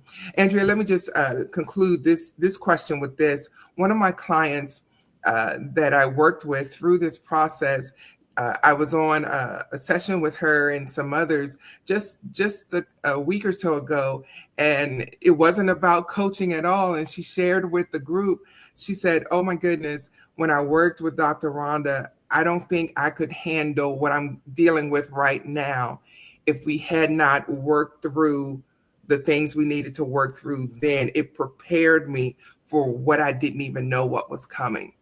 And so sometimes no one can predict life's outcomes and the turns that life will take. But when we have systems in place and strategies in place that are uniquely tailored to us, then we find ourselves better prepared for what's next. I'm so amazed that you spoke about your clients, because definitely one of the greatest things people love to hear is stories, and not just stories, but success stories. Stories are the things that actually sells your business. So do you have any success stories that you can share with us for business owners who would have completed your program? Yes. Another client came to me, a brilliant client, but I would say she really suffered from imposter syndrome. She did not feel that she could do the things that she had in her mind to do. And she had some great goals, just, oh my goodness, they were wonderful. And, but she didn't feel like she had the capacity to do it. And so we started working together, and I was excited because I could see her potential in just listening to her, but she needed to see who she was, and she needed to find her sense of value and worth so that she could step forward and do the things that she wanted to do. Well, in our last session, I was so amazed because she reported, well, so much has happened. And she listed the things that she had set into motion, and she was so excited. And these are big things. I'm talking about starting a company, buying property for the company, and opening a coffee shop and doing major things. I'm not just talking about, just little things. She had some big goals, and she has set things in motion to get them started, all because I helped her see and work through the strategy she needed to so that she could see that she can do it. And she could dismiss that imposter syndrome and embrace who she was to become. And so that was real exciting for me to hear her story and her victory. I can imagine that, because you're providing a service, and as you said, you're actually doing it because this is something you want to do, you love doing. It's something that you felt you're called to do. So it definitely would give you that feeling of fulfillment, seeing others being able to benefit from it. Now, we're going to go to a touchy subject, which is help. Lots of people do not want to feel like a failure. So they sometimes don't want to ask for help, even when they're going down that rabbit hole. Do you believe that business owners often resist seeking for help when they're facing burnouts? Yes. That is a huge yes, because so many times we have the misconception that asking for help is directly related to signs of weakness. And that is not the case at all. If we can just reframe our thinking, that asking for help shows true leadership, because now I'm saying that the vision that I have is so big and so important that I need other team members to come alongside me to make it happen. Not only that, but when we ask for help, the person or people that we're asking, what we're really communicating is that I believe that you are the person to join me and make this vision come to pass, that you have the capabilities needed to assist me in this. And so asking for help is really an executive leadership move that needs to happen. It shows our organizational skills. It shows our teamwork abilities, because we are not an island, but it shows that we trust people in their various strengths and gifts and callings, that when we put all of that together with what we bring to the table, that we create something better than we could on our own. I believe the saying is the whole is greater than the sum of its parts. So when we start reaching out and asking for help, it is not weakness at all, but we're saying that I have this opportunity to extend to someone who is qualified to help bring their skills up and to increase their impact along with me. And so it is not weakness at all. It's a necessity. And it speaks to our confidence in who we are as leaders. And most importantly, the vision that we have to bring to pass. Yes. So when it comes to help, we know, yes, quite a few people are afraid of asking for help. But there's some who takes that big leadership step and go ahead and ask for help. But then again, there's another big thing in the air. That thing that everybody complains of, it's not having time. Too busy, too busy. There's not enough time. What would you say to someone who feels they're too busy to invest in something like this?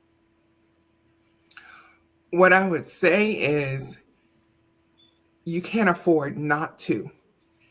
Everyone needs a coach or a therapist, someone in their squad or in their corner, shall we say, who they can really be themselves as a leader, and they can unload. One of the biggest dangers in leadership, Andrea, is isolation, because we have no one to bounce our ideas off of. We have no one who gets it. We don't have that objective voice in our ears, who is centered on helping us become a better person and bringing our best to the table. And so we cannot afford not to invest in ourselves, because in doing so, we're investing in our companies. We're investing in the vision that we have within us to bring to pass. We're investing in the results we want to see. And so this is not a bill. This is not a debt. It is an investment in ourselves so that we can bring our very best selves to our businesses, to our educational pursuits, to whatever we're trying to do to create impact in the world. We need to bring our best selves to the table. And so this investment is absolutely necessary, because what would be the outcome if we don't do it?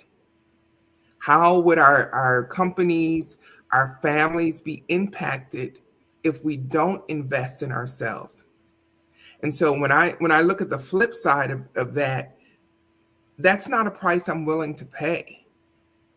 And so taking the time, taking the energy and the resources to invest in yourself for your future self and the future of your company is absolutely a necessity. Wow. Our founder, Dr. Kelly, mentioned earlier when he was doing his presentation that there are always other businesses that are doing the same thing that you're doing. So there's what you call an industry. And in your industry, you're helping people in this specialty area, which is burnout. What would you tell our listening audience that makes your program much different from another program offering a similar service? What makes you stand out? Why should they come to you? The reason why business owners should come to me is because the service that I provide is personalized to them in the sense that I listen to everything you say and everything you don't say. And I say that because it's in the things that you don't say that really speaks to the heart of the matter. And it's so important that you have that individual in your life to ask the hard questions in a kind, respectful way. But there are some hard questions that need to be asked that will help you take a moment to pause and to really think about the answers to the questions. And so my program is tailored to each individual client so that not only am I trying to get you to bring the best self to your life, your relationships, your business, but I'm bringing my best self to you as well. And it's in the conversations. The power is in the conversations because those conversations are so transformative. And yes, there are times I give homework too, but the power is in the conversations so that you can actually see measurable results. Because we're business owners, and so it's all about the metrics, and we understand measuring success. And so I provide you with the tools you need to have measurable outcomes towards those goals.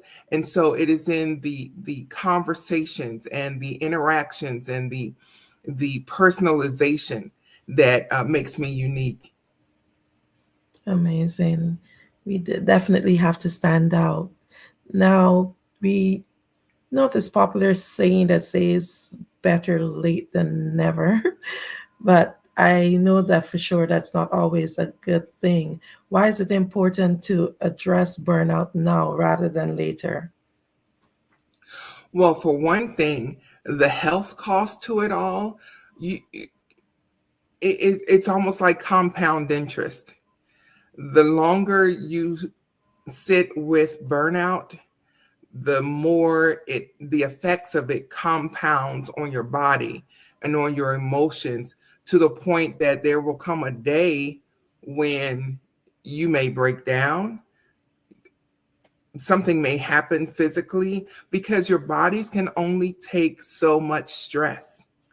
And so things may happen that have just compounded over time, and you reach that point where I can't take another thing. I'm just done. And that's a dangerous place to be in because then you find yourself just dropping everything. Yes. Now, would you be able to tell the audience how they can reach in contact with you?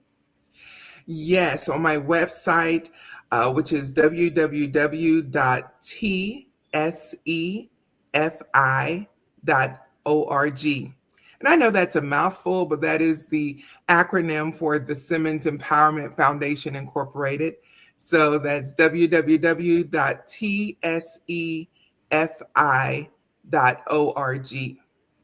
And on my website, you will find a self-assessment where you can determine exactly where you are in your life when it comes to burnout. It's called the burnout to balance sequence. And so it's just 10 questions. Will take you maybe 2 minutes, if that. But it's a powerful assessment tool so that you can determine really honestly where you are when it comes to burnout. Dr. Simmons, thank you so much for all of this information. I am sure that many business owners can relate to most of the stuff that you would have shared with us this morning. Thank you for being here. Thank you for having me on the show, and I really appreciate you. Genius is coming, and I'll see you on the other side. Absolutely. The Black Business Expo's mission is to raise funds for high school seniors going to college or K-12 entrepreneurs. This expo is a fundraiser for students. You may go to blackbusinessexpousa.com to donate to the scholarship fund or use the Cash App BBXUSA. Our goal is to give laptops and up to $5,000 to 10 students. Students can register online at blackbusinessexpousa.com. Every dollar counts. So we want to remind you to donate to the scholarship fund. We want to thank our Black Business Expo USA sponsors for January 2025.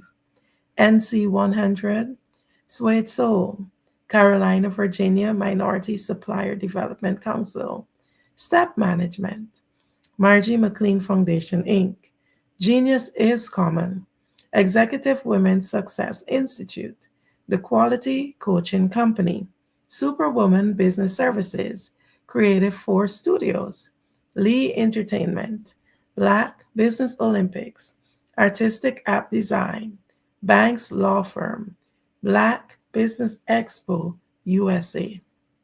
Genius is common, and I'll see you on the other side.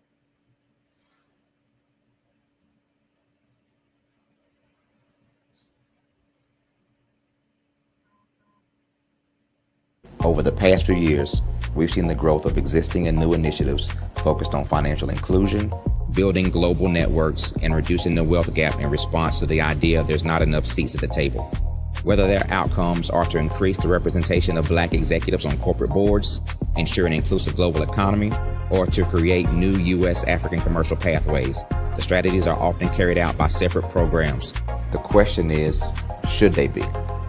With the continent of Africa being home to more than half of the world's fastest growing economies, the youngest workforce, over 400 companies generating more than $1 billion annually, 700 generating more than $500 million annually that are poised for growth, and being the destination of nearly $5 billion in venture capital in 2021.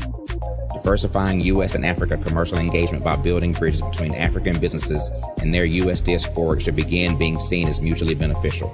From helping to reduce Africa's enormous capital gap to catalyzing two-way trade opportunities, the COVID-19 global pandemic hopefully has taught us that global challenges and opportunities are more interconnected than we thought. During the pandemic, African companies like Unicorn Flutterwave, insurance provider Reliance Health, ride-hailing app Yasir, and 54Gene, the continent's first bank of DNA on people of African descent, proved that when African companies have access to networks, capital, and information, they grow big, grow fast, and create solutions that are valuable to the world. This is why Be Direct was created. We are the first U.S.-based but African-centric board preparedness and board search company designed to connect U.S. Black talent and corporations to African businesses. Unique and fundamental to Be Direct's success is our process of helping board candidates adapt their experience and networks to an African context before they're connected to high-growth companies that are looking to locally and globally scale. From our focus groups with African business execs and government leaders, we don't ignore the sentiment that business is easy, but people are hard. Having a pool of board candidates with hard-to-access networks and extensive experience across the business life cycle, including successfully raising capital, is table stakes for an initiative like this. So yes, we have that. But corporate or entrepreneurial success in the U.S. does not guarantee success in Africa. Developed alongside industry partners on the continent, Our training program, Be Direct Prep, is designed to transpose their experience to create cultural comfort, understanding, and a commitment to helping businesses in Africa scale. Our board governance sessions are African, continental, and country specific, integrated with cultural awareness and dexterity training. Masterclasses led by African industry execs and mentoring and coaching from African continental-based facilitators. But even more unique to Be Direct Prep, we cap off our training program with an immersion trip to help candidates that have not been to Africa before see and feel Africa's complexity and opportunity from African soil. We all know traditional network-based board placement has historically left a lot of us out of ever really being in the paid board pipeline. Our strategy supports the work of many great organizations that are successfully filling seats at U.S. board tables by creating more tables for those that are still left on the sideline. It's time to start seeing the role and value of U.S. Black talent and businesses on the continent of Africa differently. Old perceptions and habits limit economic inclusion. Let's transition Black talent and the African businesses they will support from the periphery of the global economy to its core. Living in a global lockdown, we all know now how fast local and global economies can change and see the value of having businesses that hire, strengthen local value chains, and even grow globally. Status quo in any form holds back progress. We must democratize U.S.-Africa commercial engagement by socially and economically connecting cultures that have long been disconnected. It's time for Africa's U.S. diaspora to redefine their global value by helping African businesses scale continentally and globally.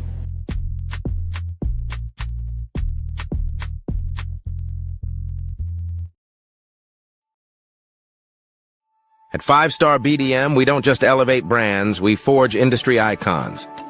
Our mission is to amplify your business and personal brand through dynamic AI-enhanced strategies and an elite professional network of over 20,000 experts. We empower entrepreneurs and small to medium-sized businesses to lead, scale, and transform. Our powerful network accelerates your speed to market and connects you with unparalleled growth opportunities. If you're ready to lead, we'll position your brand to set the industry standard.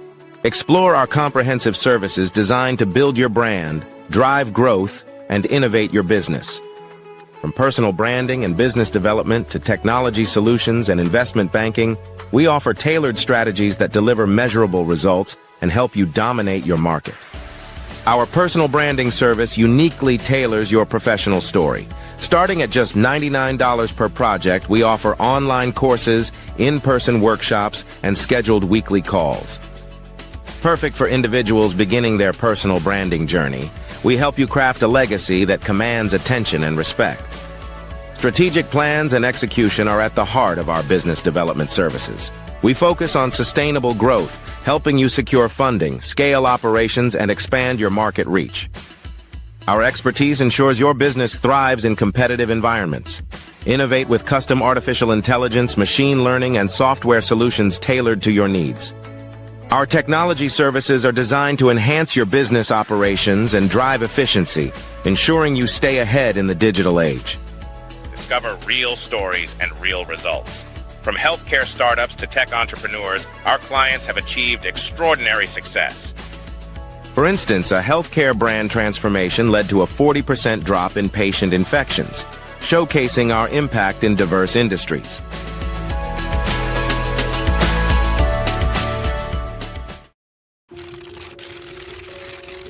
Bravery is not the absence of fear, but the ability to overcome it.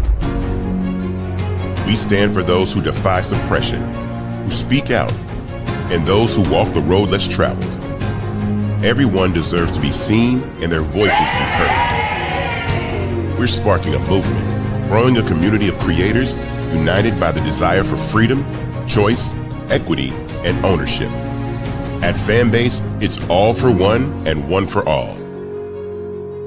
We support each other to guide, promote, and uplift you in a place where you can unapologetically be yourself. A place where your voice, ideas, and creativity are not just welcomed, but celebrated. We are Black founded, minority funded, and supported by a diverse, inclusive, powerful community that believes in the strength of authenticity and individual choice. Regardless of success or background, we welcome you, the marginalized, the underappreciated, the successful, the superstar. We're for all who seek a space to express themselves freely, where they are rewarded for being their authentic, true self. We transcend labels because only we have the right to define ourselves. We are built for the brave, the culture, the creators, and for the future where everyone has a power to shape their own destiny, where all are empowered, voices are amplified, and freedom is embraced. For the first time, you have a chance to own the platform you helped make popular. It's a revolution, a movement in how we connect, create, and share. Everyone is a creator, and everyone has a fan base. Here, you can be you without limits.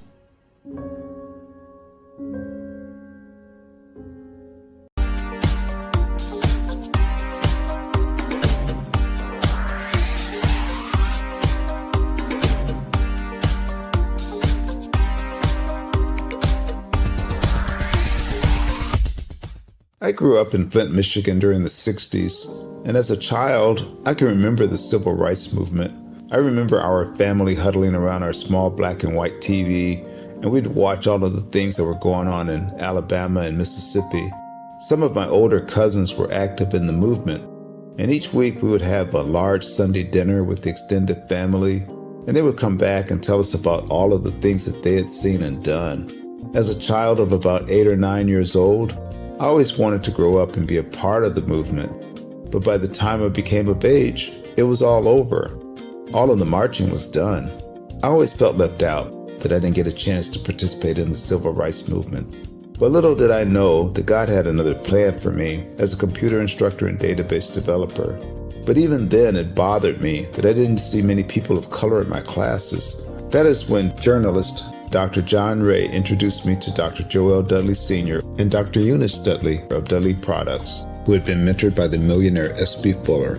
Through Dr. Dudley, I was introduced to Dr. Lafayette Jones, past Vice President of Marketing for John H. Johnson of Johnson Publishing, and his wife, Sandra Miller Jones, who was a Vice President at Quaker Oats, and together they created SMSI, a national marketing firm. Dr. George C. Frazier of FrazierNet and the Power Networking Conference, Dr. Jackie Mayfield of ComproTax, founder of the largest Black-owned income tax service, and even billionaire Michael B. Roberts. They all believe that the way to close the wealth gap is through entrepreneurship, because we as a people had to overcome slavery, and secondly, obtain our civil rights to be able to eat in any restaurant or stay at any hotel that we wanted. But the third piece is economic equality. And now I am also convinced that we must become entrepreneurs, and to do so we must embrace technology and a strategy of global networking. That is why I created Every.Black, to use my vast experience as a computer instructor to teach entrepreneurs how to use technology and artificial intelligence in business. Every.Black members are listed in our online website directory, promoted in our digital newsletter, on our social media, and on our podcast. And we also conduct weekly virtual mastermind meetings where we read positive books, learn from the experts, while networking with like-minded individuals from around the world, educating them about every aspect of becoming a successful entrepreneur. That is what Every.Black is all about. Just go to www.every.black to take the AI and tech classes you need, to register for our mastermind meetings, and to join the Every.Black family. Visit us at www.every.black and sign up today. Just go to every.black, every.black.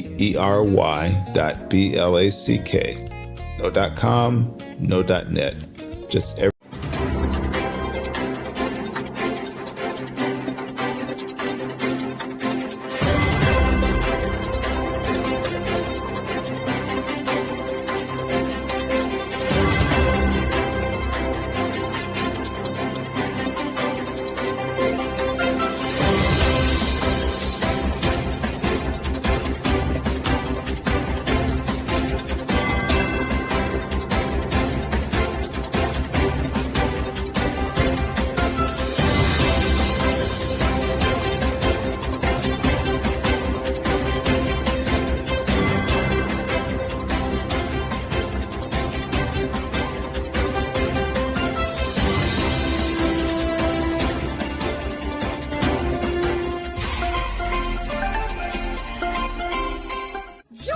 Dr. Eric Kelly III and a host of phenomenal speakers from all around the globe for this 7-day virtual event that you don't want to miss.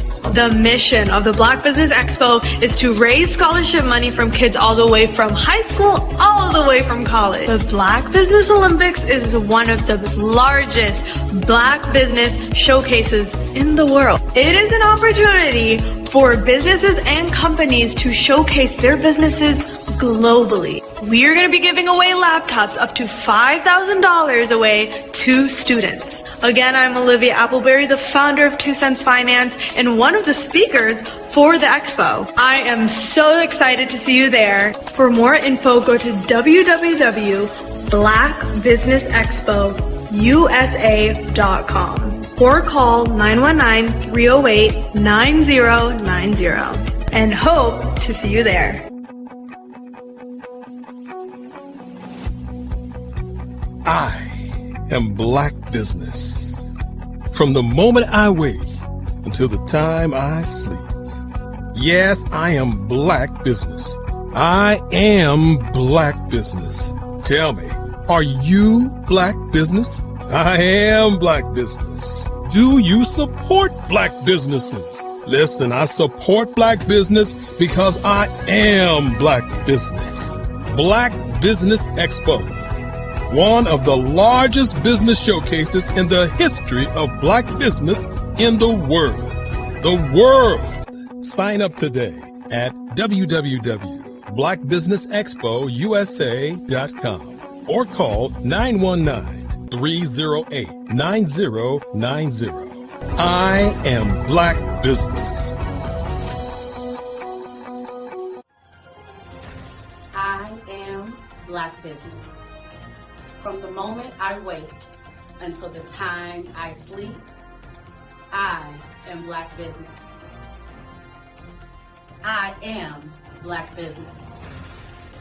Are you Black Business? I am Black Business. Do you support Black businesses? I support Black business because I am Black Business. Black Business Expo, one of the largest business showcases in the history of Black America in North Carolina. Join Dr. Eric Kelly III and a host of phenomenal speakers from all around the globe for this 7-day virtual event that you don't want to miss. The mission of the Black Business Expo is to raise scholarship money from kids all the way from high school, all the way from college. The Black Business Olympics is one of the largest Black business showcases in the world. It is an opportunity for businesses and companies to showcase their businesses globally. We are going to be giving away laptops up to $5,000 away to students. Again, I'm Olivia Appleberry, the founder of 2 Cents Finance and one of the speakers for the expo. I am so excited to see you there. For more info, go to www.blackbusinessexpousa.com or call 919-308-9090 and hope to see you there. I am Black Business. From the moment I wake until the time I sleep. Yes, I am Black Business. I am Black Business. Tell me, are you Black Business? I am Black Business. Do you support Black businesses? Listen, I support Black business because I am Black Business. Black Business Expo, one of the largest business showcases in the history of Black business in the world.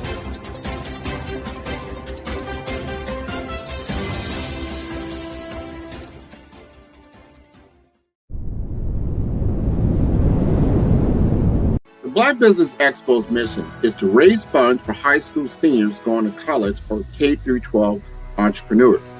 This expo is a fundraiser for students.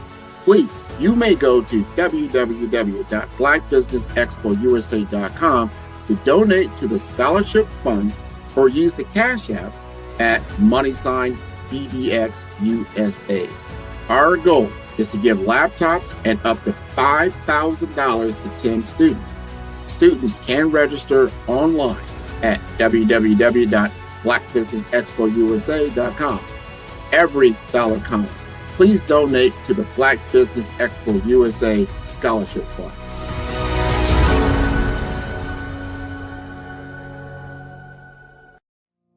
Did you know that approximately 333.34 million businesses exist today, according to a report from 2021?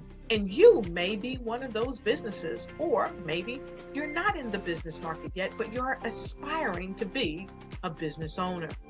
Well, guess what? You're in the right place at the right time. Because let's face it, everything is about timing and opportunity.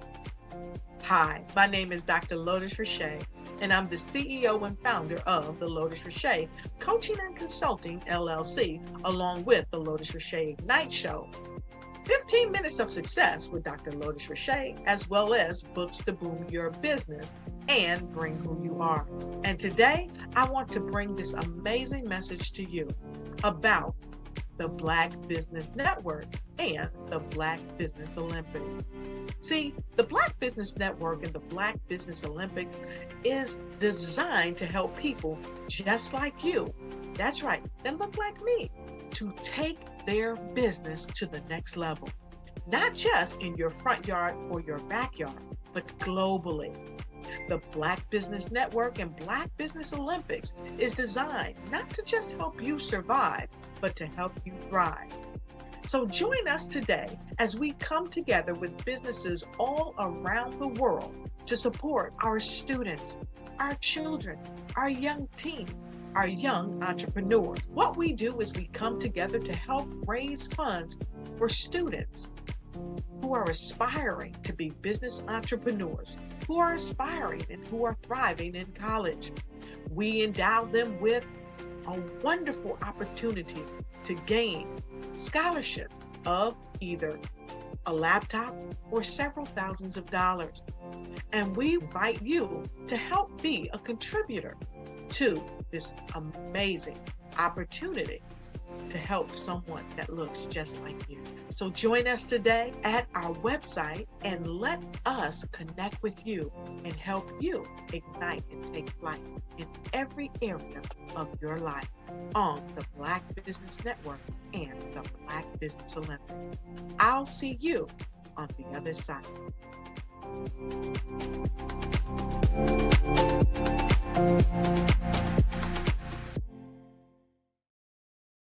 In today's competitive market, standing out is essential. 5-Star BDM, led by visionary Grant McGaw, offers the key to unlocking your brand's true potential. With innovative strategies and a passion for empowering businesses, 5-Star BDM is transforming personal branding and business development, moving brands from merely competing to dominating. At 5-Star BDM, we revolutionize personal branding by crafting authentic identities that enhance visibility and influence. Our brave blueprint drives measurable results, ensuring a return on investment through tailored strategies. By integrating artificial intelligence and advanced methodologies, we provide your business with a competitive edge in the digital age. Grant McGaw brings over 20 years of leadership experience with Fortune 500 companies. Named a top 10 global thought leader in personal branding, Grant's achievements include the 2024 Best Personal Brand Development Podcast for Follow the Brand. His philosophy, integrity doesn't have a price tag, is the foundation of 5-Star BDM. Partnering with 5-Star BDM means embarking on a transformative journey. We begin with discovery, analyzing your brand's DNA. Using the Brave Blueprint, we develop a strategy tailored to your goals. Our support continues through implementation, training, and ensuring long-term success with AI-driven insights and real-time adjustments. Our impact is evident. A healthcare tech firm experienced a 300% boost in brand recognition and 75% sales growth in 6 months. Entrepreneurs report increased customer retention and new revenue streams. Diverse companies like Black Business Expo USA and Akaba World Network have become industry leaders through our guidance. Join the movement and elevate your brand.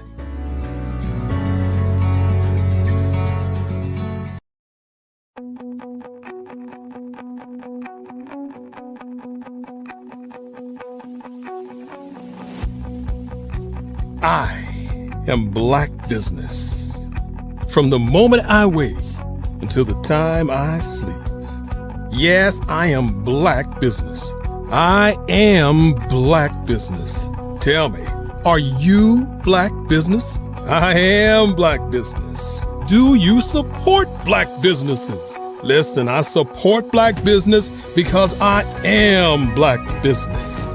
Black Business Expo, one of the largest business showcases in the history of Black business in the world. The world.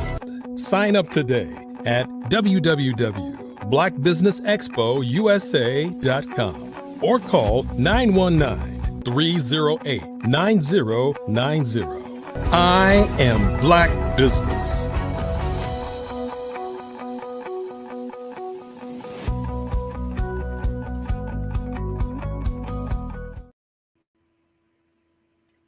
Good day, business owners, entrepreneurs, thought leaders, and corporations. Welcome to the Black Business Network. My name is Andrea Adams, and I am your Black Business Network moderator for this session on the network. The Black Business Network is a 24-hour business network showcasing Black businesses, business owners, entrepreneurs, and thought leaders worldwide. We have speakers from North Carolina, London, Singapore, Africa, Japan, and cities all over the United States. The Black Business Network is a global community sharing its business knowledge to empower, inspire, and educate businesses about business. Our next guest is none other than Jeffrey Hill. Jeffrey Hill is the CEO of Hill Financial Group, Inc., and leads an award-winning firm specializing in risk mitigation, wealth management, and tax planning. With a unique virtual family office approach, he champions proactive planning and multi-generational client success, focusing on creating tax-free wealth for clients. Jeffrey, CEO of Hill Financial Group, he will now delve into some innovative strategies with us that teaches us how to create tax-free wealth through a virtual family office model. I'm more than honored to welcome to the Black Business Network, Jeffrey Hill. All righty. Andrea, can you hear me? Yes, I can. Thank you so much for being here. I'm battling internet issues today, so hopefully we can get through this. My guy was supposed to come at noon, but he showed up 3 hours early. So we'll see. We'll see how it works today. Hello, everybody, and welcome. Yes, well, thank you so much for saying yes. Thank you so much for being here on the Black Business Network. Let's get into it. Now, I see that you are the CEO of Hill Financial Group. Can you just tell us a little bit about what inspired you to adopt the virtual family office model? Okay, awesome question. Like many of you, anybody who's a mover and shaker, if you will, you know, the more you start to get different sources of income and diversity in income, you have to expand your team. Now, I'm a multi-passionate entrepreneur, so I like a little bit of everything. I like a little passive income from real estate. I like some active income in my business. I've dabbled in different things, crypto, stocks, all that fun stuff. And what I realized that even as an advisor, I needed to expand my own team that can bring a level of expertise in areas that I didn't have it in. For example, if I knew I wanted to protect my assets inside of a trust, I'm not an attorney, so I can't write those legal documents. I need to bring an attorney to the table. And sure, I can talk about tax strategies, but I'm not the person that's deeply involved in learning the different parts of the tax code well outside of the scope of what I do as an advisor. And so when I started looking at my core businesses in life and how everything was set up, I knew my team personally needed to expand, but I also know there are other people out there that look like me who have different things going on and they needed a diverse team, but they needed a quarterback more than anything. So when I looked at just kind of what was going on in my own life, I saw an opportunity for me to expand the way I showed up in the marketplace, and the virtual family office was a way for me to do that. Wow, amazing. Very, very innovative. Now, how does your firm achieve a 98% client retention rate? That is Showing up, communicating, and providing proactive and holistic services. And so when families come to me, they don't typically come with just one thing that they need. They have a multiple of things. So when I show up and I ask them, how proactive do you want us to be? And I can exceed those expectations, that is what gets that higher stickiness rate. And when you start to weave in more of those bubbles like the risk mitigation, wealth management, and tax planning, you are deeply involved in somebody's financial life. And to replicate that with another advisor who doesn't have everything that we offer is extremely hard. And so most people, let's say, for example, if I was a CPA, most CPAs have very sticky businesses, meaning people are not trying to change CPAs every single year.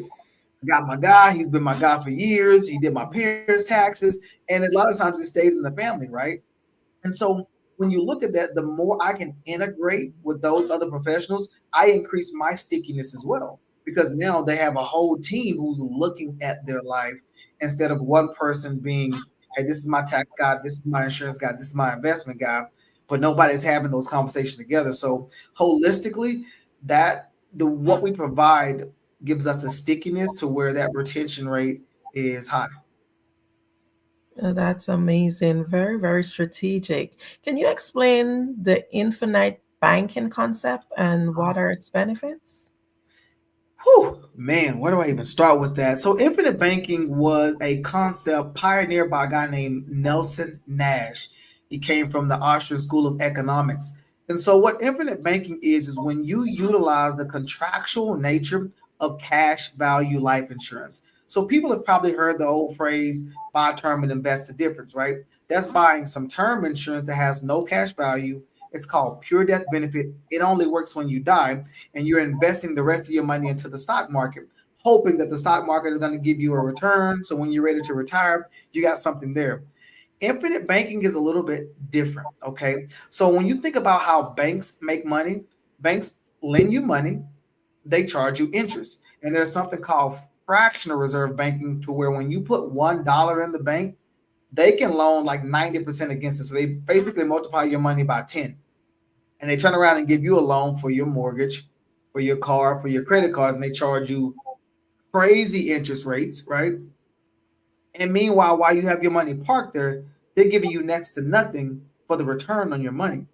And so, infinite banking, when you understand how life insurance works, life insurance is based on contract law, not tax law.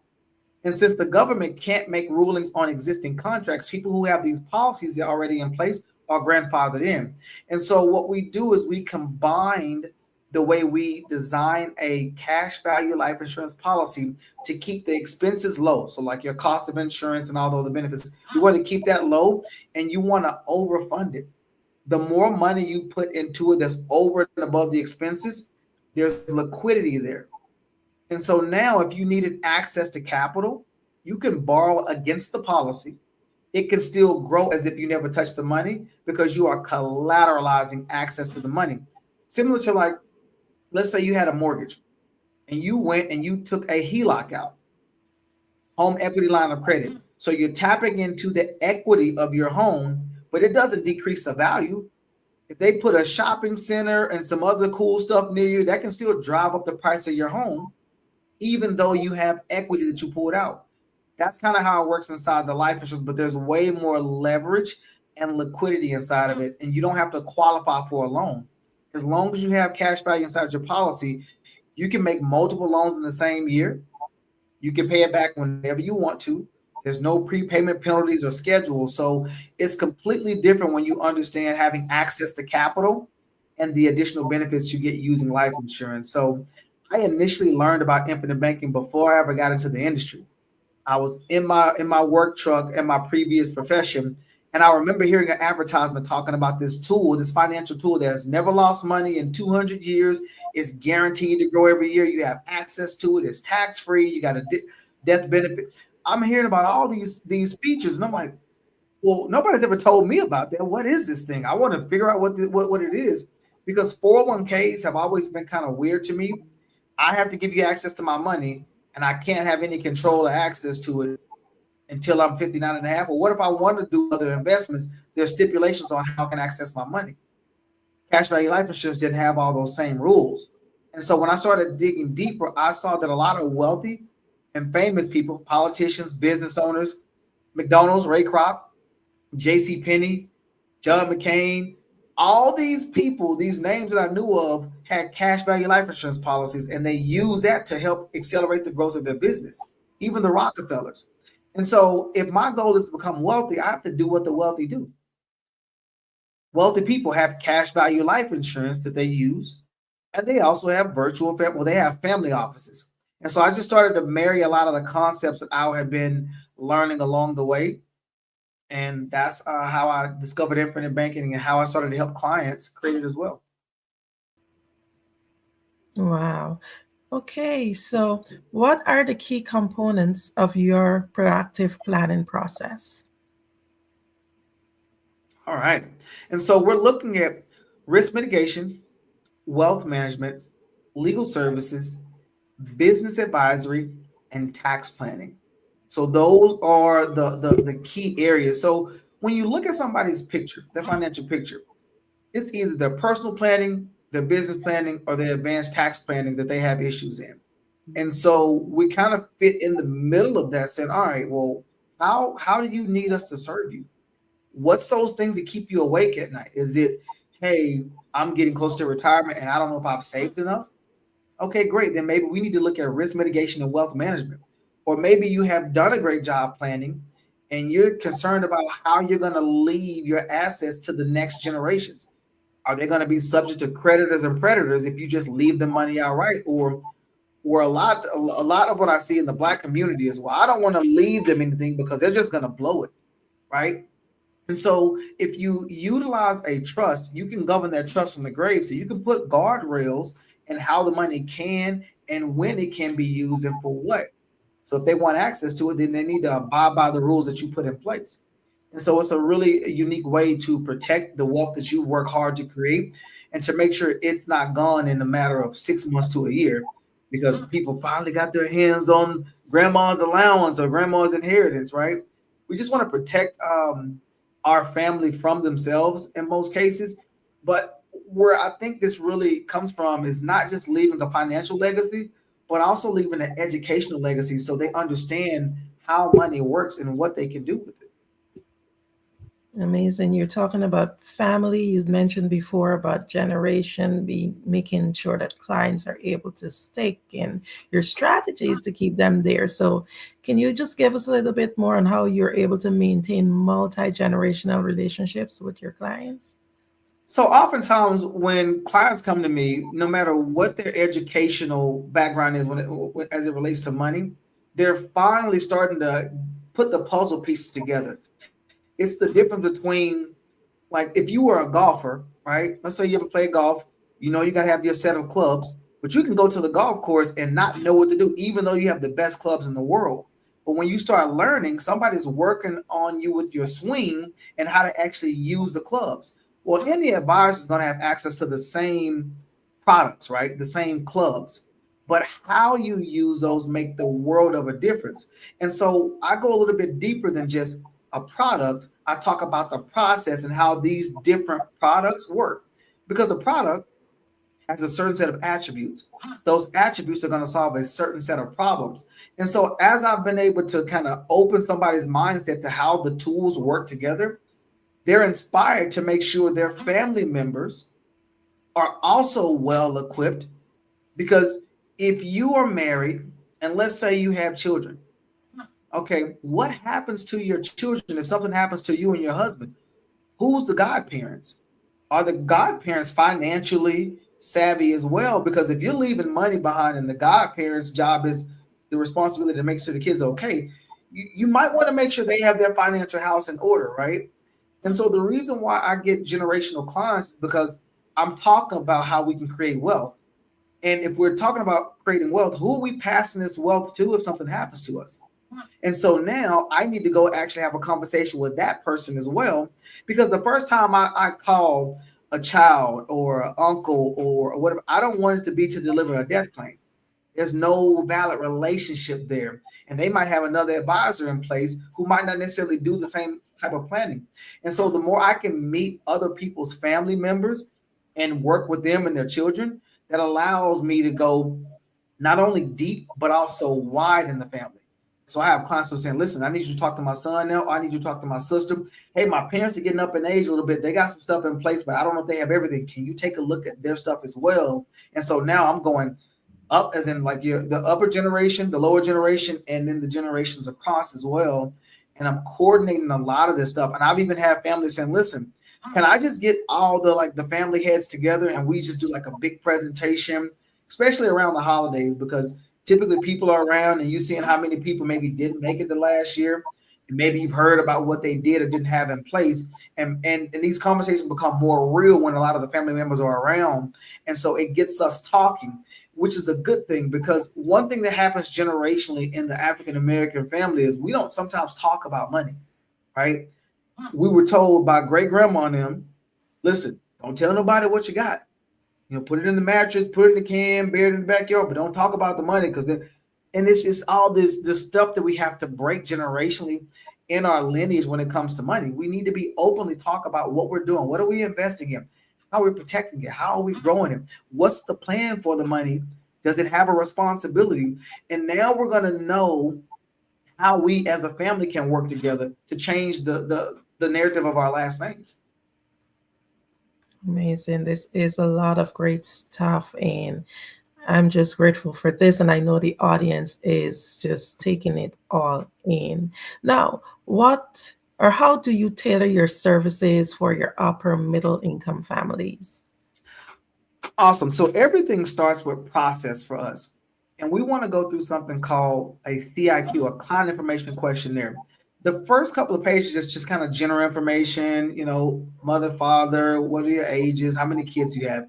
And then we want to go a little bit deeper into understanding, well, what do you have in place so far? And what did you want this stuff to do? Because there's a disconnect sometimes with the amount of money that we've saved versus what you want that money to do. Because when you think about it, throughout your life, you've managed money on a weekly or a bi-weekly basis, or sometimes on a monthly basis. And so you're used to managing maybe $3,000 to $5,000 a month, let's say. But when you retire, you've accumulated a lump sum amount of money. But nobody's ever taught you how to manage $250,000, $500,000, or $3 million. Nobody's ever taught you really how to manage that. And sometimes people think, oh, if I just accumulate enough, that's going to take care of everything. Well, now you kind of got the more money, more problems, because the more money you're taking in from an income standpoint, is it going to increase your taxes? Now, is that going to make your Social Security taxable? Now, is it also going to make your IRMA, your Social Security, Medicare, Medicaid, all these prices go up? And so you really have to understand it's not just an accumulation conversation. It's a distribution conversation as well. So my upper and middle income families have the same problem sometimes as a lower income family. Sometimes they can just write bigger checks to solve those problems, or maybe they actually have the money to solve the problem. Because if somebody, let's say is only making like $75,000, but maybe they inherited some land and some assets, they still might want that in a trust, but a trust might cost them, depending on what kind, $3,000 to $7,000 at a minimum. Or maybe they don't have that liquid, even though they have it in assets. Well, somebody who's worth $5 million could easily write that check for $7,000 to get some planning done, right? And so a lot of it's just really understanding where that person is. You got to meet them where they are. But at the core, what keeps you awake at night? And if I can solve your top 3 issues, what would that be? Okay, let's prioritize. So my algorithm is going to let me know what planning opportunities do we have. And then I want to know from you, out of all these opportunities to plan for, well, what makes the most sense to you? Now let's prioritize that. And that becomes our initial blueprint on where we want to start. And this is why the retention rate is so high and the stickiness is there, because I'm solving directly the things that you want. Our company motto is we want to create financial security and peace of mind. And so if all I did is help you do those 2 things, why would you not want to continue working with me if now you have financial security and peace of mind? Yeah. Financial security, peace of mind is definitely top on anybody's list. Now, can you say what role does CPAs play in your growth strategy? Absolutely. So CPAs have a very unique business, okay? Because you have to file taxes every year, even when you are retired. Listen to me, people. Just because you are retired does not mean you can stop filing taxes. You still need to file, okay? And so when you have a annual deadline on when you need to file, that creates a sense of urgency, right? But that's from a compliance standpoint. I have to file by April 15th or October, or whatever. But then when we talk about tax planning is not so much about filing, it's about let me help you understand the different things in the tax code that you can take advantage of to reduce your taxable income. So there's a difference between tax deductions and tax credits. For example, the government might say, hey, listen, we're trying to be energy independent. We want you guys to invest in green technology. We'll give you a tax credit, meaning if you put $1 in, we'll give you the credit for 3. And so let's say your tax bill was going to be $100,000 and you have a 3-to-1 leverage. That means if I put about $35,000 into this green energy, they're going to give me a credit for $100,000. I just now reduced or eliminated my tax bracket. And so when I look at tax planning, I'm working with CPAs to figure out, hey, what other opportunities do my clients need that can help reduce their tax bill? Because if we can reduce that tax bill, instead of you having to pay $100,000 to the government, if you only got to pay 30, and we save you an extra 70, well, now what do we need to do with this $70,000 we just recaptured? Oh, let's put into some of these other strategies to help power up your wealth. And so it's a very synergistic relationship between me and the CPA. Unfortunately, though, let me say this. A lot of CPAs only focus on compliance. Like a lot of people who are making a lot of money, because it's stickiness, they'll still go to H&R Block. They'll still go to Jackson and Hewitt. And nothing against those, but they don't necessarily do tax planning. They can talk about some of the deductions because their software has it in there. But somebody who's equipped and have taken extra steps to learn about different credits, they're going to be more effective from a tax planning standpoint. And so I have a very diverse team of professionals that specialize in different parts of the tax code that can either replace your CPA or work alongside of them. We prefer to work alongside of somebody you're already comfortable with. I never want to replace a good relationship that is working for you. But sometimes what I find is I have clients coming to me saying, listen, my CPA is not as aggressive as I want them to be. I pay some unnecessary taxes, and I know there's strategies out there. Who can I go to? Do you have somebody that's more aggressive? They don't mind putting this up in place? Absolutely. Let's go. And I have the team that are equipped to do that. That's absolutely amazing.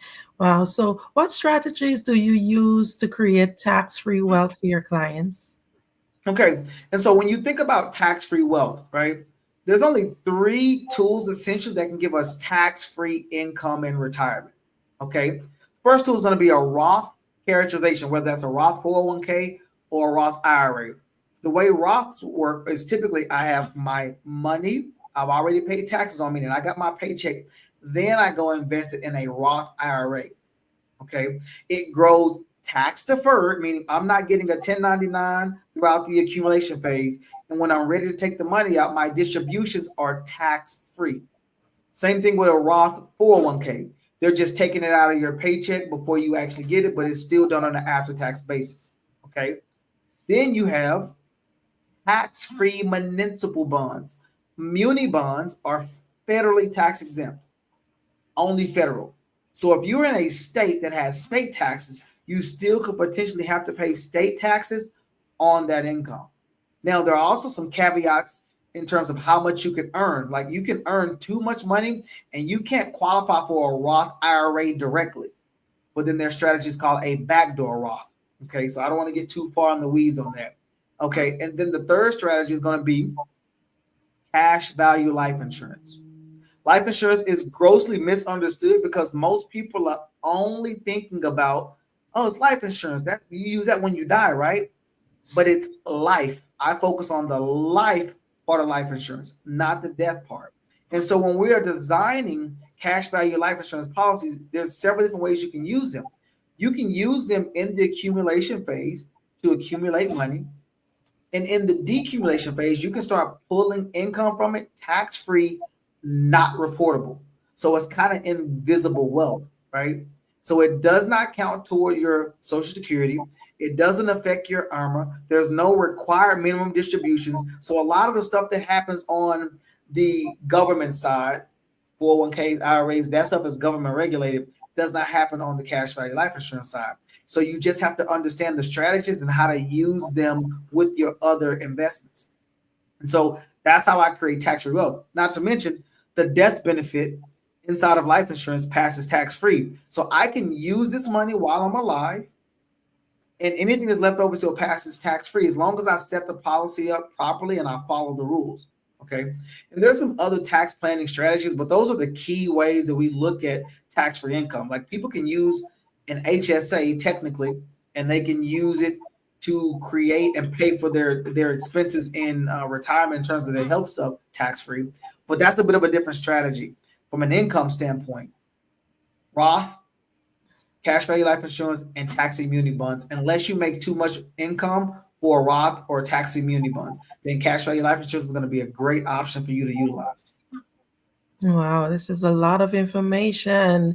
Now, can you just share with us how are you able to stay informed about tax changes, the changes in the tax laws? Okay. And so I'm in several different professional organizations, and I'm a constant learner, right? And so if you see a couple of acronyms behind my name, one of them is called RICP, Retirement Income Certified Professional. That means I've gone an extra step to go deeper into the retirement income process and learn different ways to use to help you create retirement income. The designation that I'm earning now is called Tax Planning Certified Professional. Okay, so I'm constantly in different courseworks, earning different designations, but it's not just me. Inside of our VFO community, our virtual family office community, there's 75 different professionals that have different specialties. And so because we have a collaborative approach, I don't have to know all the tax code. I just have to be resourceful enough to bring the person to the table that's going to fit what we're trying to accomplish. That's the beauty of it. You get me as your proactive planning team lead. So I'm going to be your local eyes and ears helping you with direction and guidance. And anytime we need that expert, I reach into my virtual family office team of people and I bring the strategy to the table that can help you accomplish whatever the goal is. And that's quite amazing. That kind of give me an idea. I don't know if you do a lot of reading, but Napoleon Hill, Think and Grow Rich, that strategy is what you really have implemented there. Yeah, it's a mastermind. I'm a certified life coach, so I'm highly familiar with Napoleon Hill. The two things that I study a lot. Number one is going to be my industry and my profession, but then the mindset. Personal development is probably it's probably neck and neck in terms of how much time I spend in each one of them, because to be an entrepreneur, you have to think differently, right? And if you're not working on yourself, then you're going backwards. There's a concept called the slight edge. Okay, time does not stop. And so you're either on the success curve or the failure curve. And so if you start to rest, those little rest decisions compound over time, puts you in a very static state, and you're like, all right, I'm just kind of here coasting, right? But when you're always working on expanding your IQ and how you serve, then you're always going upwards, because the spirit is for always greater expansion and fullness. And so I have to continue to grow myself, because that makes me more effective for other people. And I can definitely see that you are doing that. Now, can you share a success story? I love stories and people love stories. Can you share success stories of risk mitigation for a client? I'm going to share a story, and it's probably going to feel a little bit different than what you're asking. My personal story kind of starts back in 2004 when I graduated college. The year before I graduated, my sister passed from a rare lung cancer. And as a family, I saw what happened when you don't have planning in place. And I remember sitting there like in tears just over the loss of my sister and listening to my mother have to make phone calls to borrow money to bury my sister. And I'm thinking like this shouldn't be a thing. You know, we didn't have to go as far enough to put the milk jug and you know, the little cans at the grocery store or whatever. But I still remember her making those phone calls. 7 years later, I became an advisor. And that was the first time we had that conversation about life insurance in my family. And I remember asking my mother, hey, why don't we have life insurance? And she said, I don't know. Nobody ever asked. And in my mind, I'm thinking, you buried a child. Like, who would have to ask you to go do planning at that point? And so when I graduated college, there's a couple of things that I knew about myself. I knew I loved to travel. I knew I loved to meet new people. And I knew I love helping people out. I have a servant's heart. I just didn't know what that looked like from a profession. And so I was getting my MBA at the time. I was recruited by a Fortune 100 financial services company, and it just made sense. It was like me running my own business. Fast forward to about 2016, I was doing some planning for a very good friend of mine that I went to high school with. Good guy, loved his family, had a couple of kids. And about a year after we put his plans in place, we get a phone call that no parent ever wants to get. His son actually choked on a hot dog at daycare and passed away. And so this is a devastating thing, you know, as an advisor, because you just lost a client, but this is also personal for me because I grew up with this guy. His mother taught me home ec, so I'm very much ingrained in their family. And I remember making sure we had everything in place, which we did. But a couple of days after the funeral, the father called me and he said, listen, man, I just wanted to thank you for what you did. And I'm kind of confused. I'm like, man, you just lost your son. Like, why are you thanking me? And he said, Jeff, listen, we've made peace with the fact that our son is gone and there's nothing we can do that can bring him back. And we would do anything we could. He's like, but what you did for us, you actually had us prepared for something we never thought would ever happen. And he was like, we were actually able to not have to grieve and grieve financially. We were able to actually make sure all bills are paid off, even paid off some debt and some other stuff. But we kind of got a fresh start. And he was like, I just wanted to thank you for being there to take care of our family the way you did.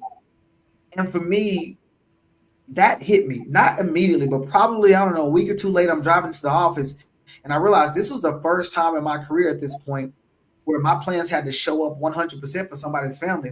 And it reminded me of the difference of who plans and who doesn't. Because I remember trying to figure out how we were going to pay this funeral stuff back that we borrowed money from my sister.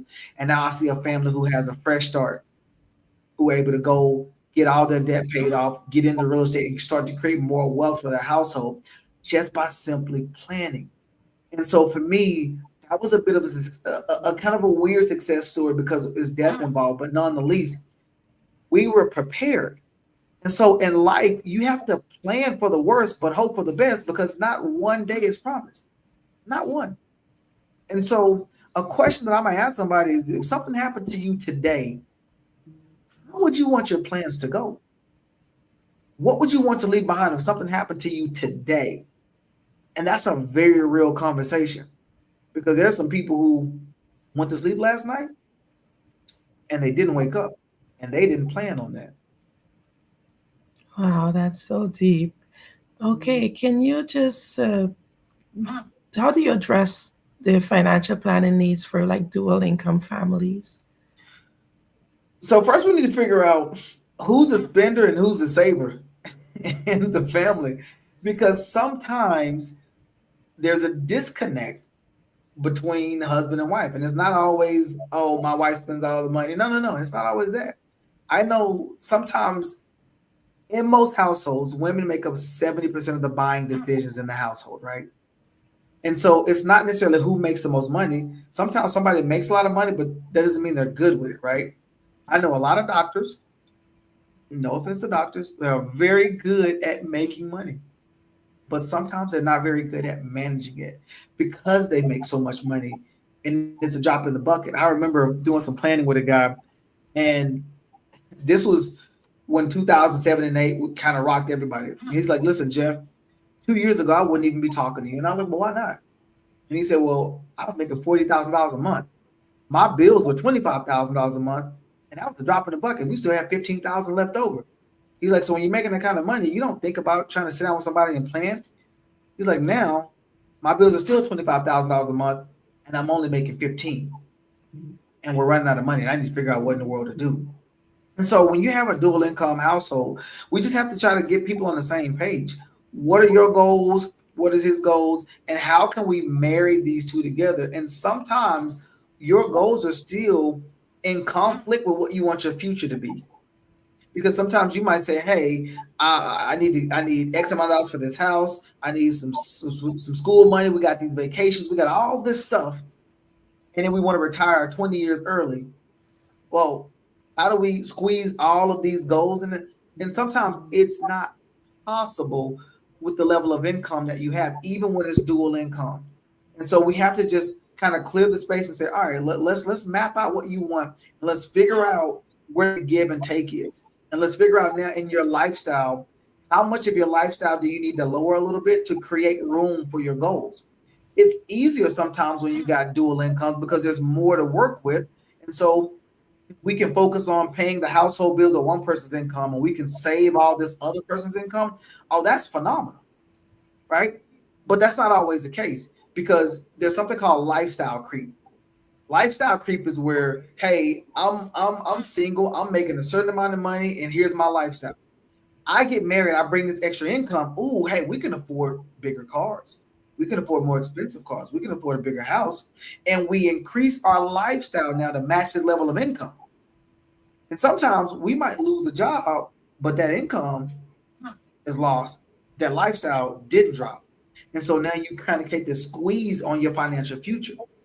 And so we just figure out what it is you're trying to accomplish and where the give and take is. And then let's put a plan in place.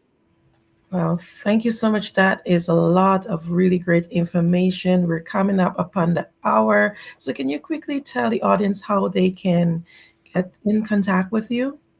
Absolutely. So I'm on pretty much every social media platform. Sorry for you TikTok people out there in the US. But on Instagram, HFGINC, that stands for Hill Financial Group Incorporated. So HFGINC on Instagram. If you go to Facebook, type in the Hill Financial Group, you will see me. And you can also go to my website, thehillfinancialgroup.com. So that's THEHILL financialgroup.com. And of course, email's the same, Jeff at the Hill Financial Group, if you need to email, if you have any burning questions. And I do have a line that you can actually call. That number is 501-291-0708. You can reach out to me via text or a phone call, and let's sit down and have a strategy session to figure out where you are, so we can see if we can be a resource to you.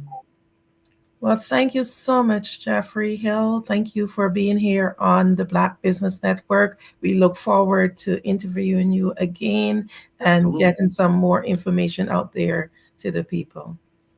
Looking forward to it. Thank you for your time, Andrea. Genius is common, and I'll see you on the other side. The Black Business Expo's mission is to raise funds for high school seniors going to college or K-12 entrepreneurs. This expo is a fundraiser for students. You may go to blackbusinessexpousa.com to donate to the scholarship fund or use the Cash App BBX USA. Our goal is to give laptops and up to $5,000 to 10 students. Students can register online at blackbusinessexpousa.com. Every dollar counts. So we want to remind you to donate to the scholarship fund. We want to thank our Black Business Expo USA sponsors for January 2025.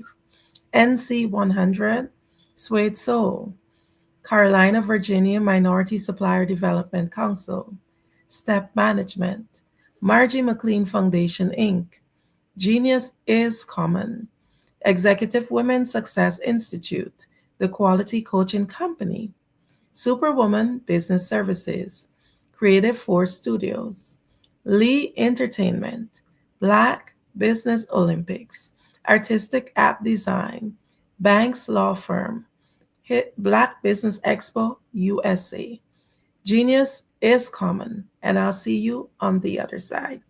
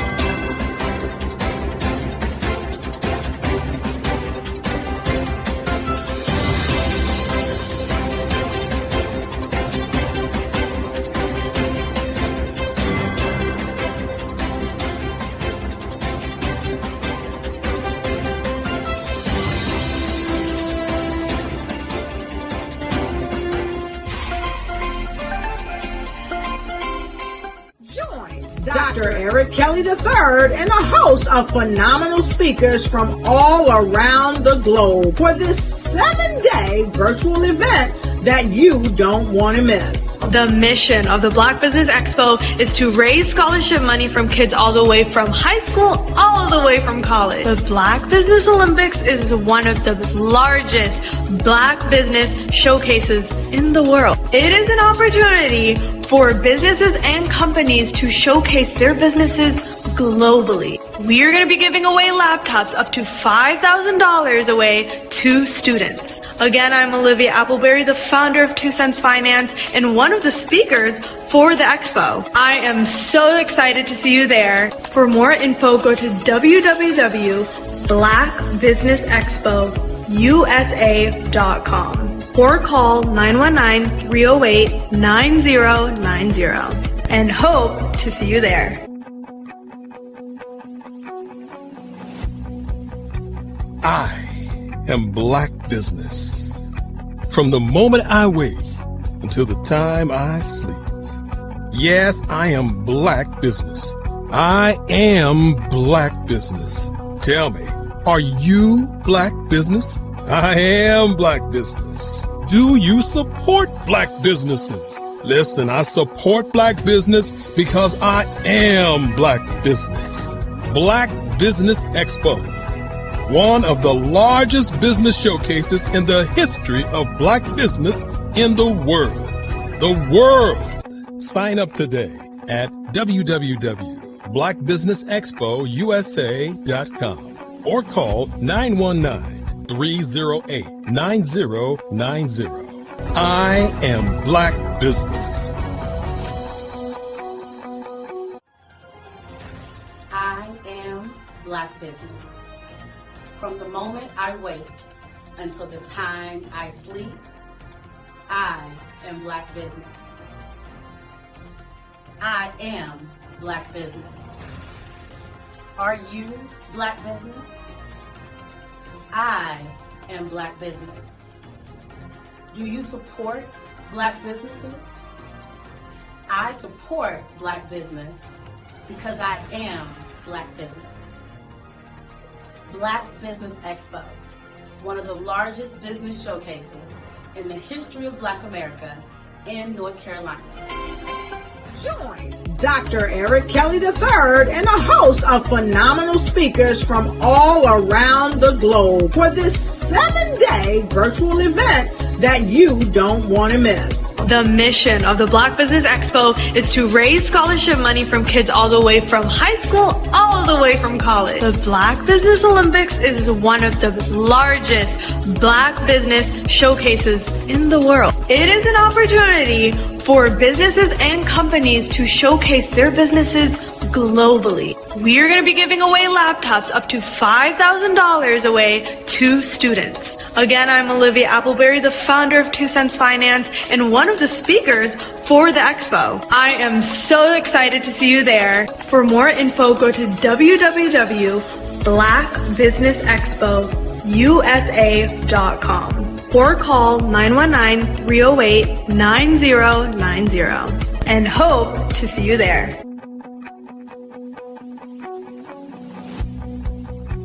I am Black Business. From the moment I wake until the time I sleep. Yes, I am Black Business. I am Black Business. Tell me, are you Black Business? I am Black Business. Do you support Black businesses? Listen, I support Black business because I am Black Business. Black Business Expo, one of the largest business showcases in the history of Black business in the world.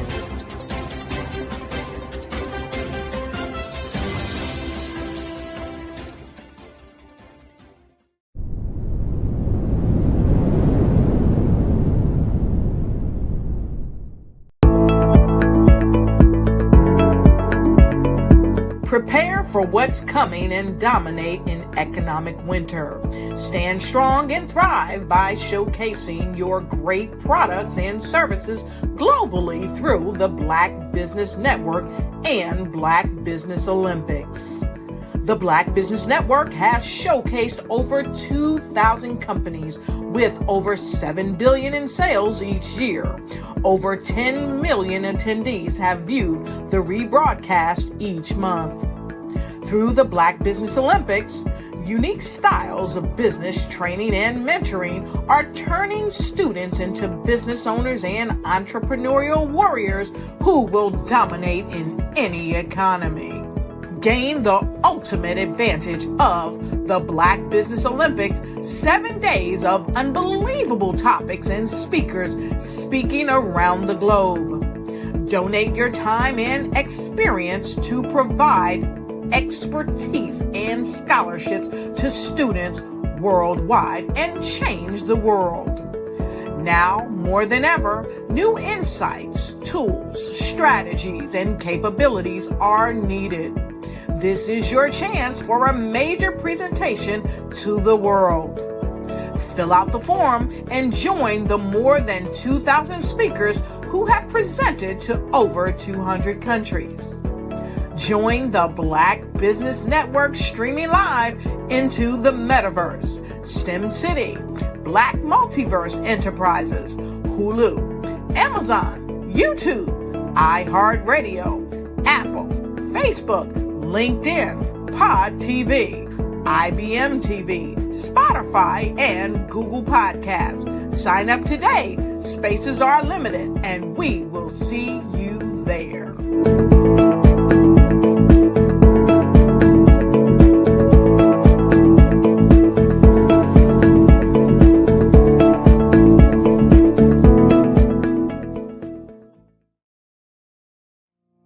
Did you know that approximately 333.34 million businesses exist today, according to a report from 2021? And you may be one of those businesses, or maybe you're not in the business market yet, but you're aspiring to be a business owner. Well, guess what? You're in the right place at the right time. Because let's face it, everything is about timing and opportunity. Hi, my name is Dr. Lotus Richey, and I'm the CEO and founder of the Lotus Richey Coaching and Consulting LLC, along with the Lotus Richey Ignite Show. 15 minutes of success with Dr. Lotus Richey, as well as books to boom your business and bring who you are. And today, I want to bring this amazing message to you about the Black Business Network and the Black Business Olympics. See, the Black Business Network and the Black Business Olympics is designed to help people just like you, that's right, that look like me, to take their business to the next level. Not just in your front yard or your backyard, but globally. The Black Business Network and Black Business Olympics is designed not to just help you survive, but to help you thrive. So join us today as we come together with businesses all around the world to support our students, our children, our young teens, our young entrepreneurs. What we do is we come together to help raise funds for students who are aspiring to be business entrepreneurs, who are aspiring and who are thriving in college. We endow them with a wonderful opportunity to gain scholarship of either a laptop or several thousands of dollars. And we invite you to help be a contributor to this amazing opportunity to help someone that looks just like you. So join us today at our website and let us connect with you and help you ignite and take flight in every area of your life on the Black Business Network and the Black Business Olympics. I'll see you on the other side. What if you could build your own city? A place where every child can find nurturing people to help them achieve their full potential. A place where every adult can access job training support. Where health education is abundant. Where social justice ruled the land. A place without limitations. Welcome. You have arrived at STEM City USA. It is what every city should be. A safe, and trusted community where you find people and resources to help you become everything you are and beyond. STEM City is unlike anything you have ever experienced. It is a digital twin of the world around you, only better. STEM City is about energy and soul renewal. It is more than a digital world. You can almost feel the power of live cultural events, music, and theater. STEM City promises a better future for children with caring mentors and hands-on activities with dedicated tutors to support our youth.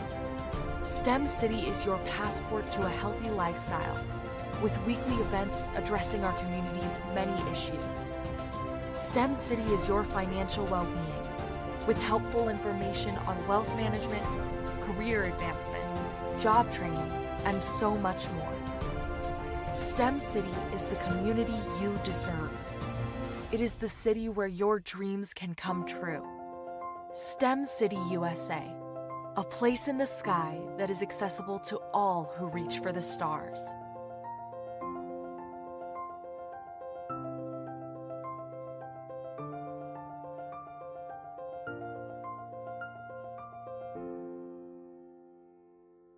Artist to me is a creative expression of something from nothing.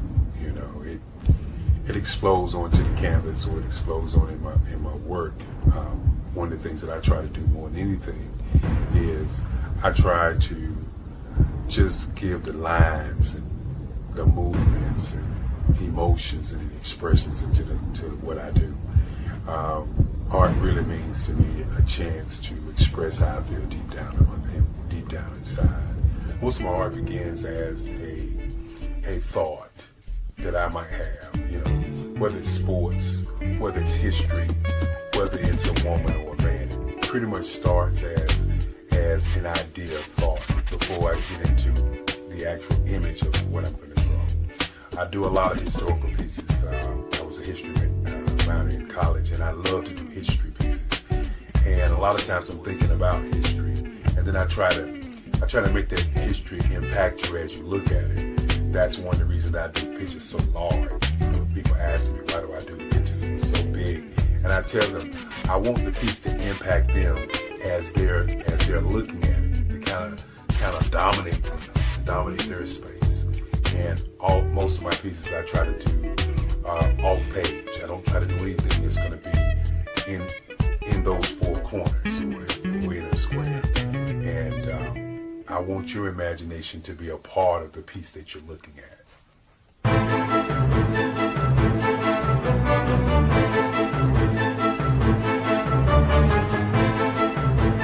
The Black Business Expo's mission is to raise funds for high school seniors going to college or K-12 entrepreneurs. This expo is a fundraiser for students. Please, you may go to www.blackbusinessexpousa.com to donate to the scholarship fund or use the Cash App at $BBXUSA. Our goal is to give laptops and up to $5,000 to 10 students. Students can register online at www.blackbusinessexpousa.com. Every dollar counts. Please donate to the Black Business Expo USA Scholarship Fund. I was born in a little village on the island of Haiti.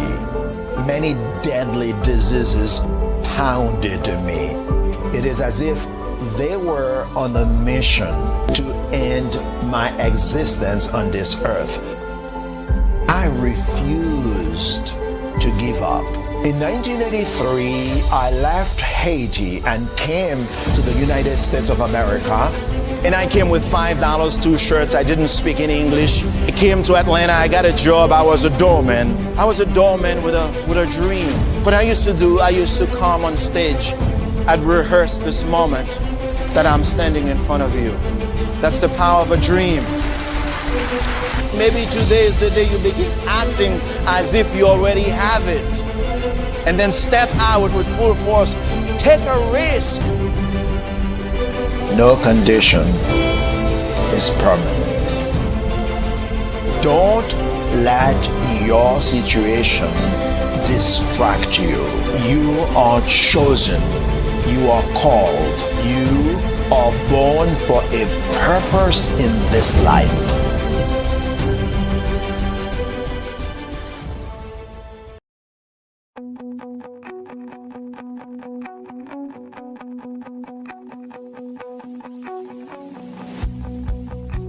I am Black Business.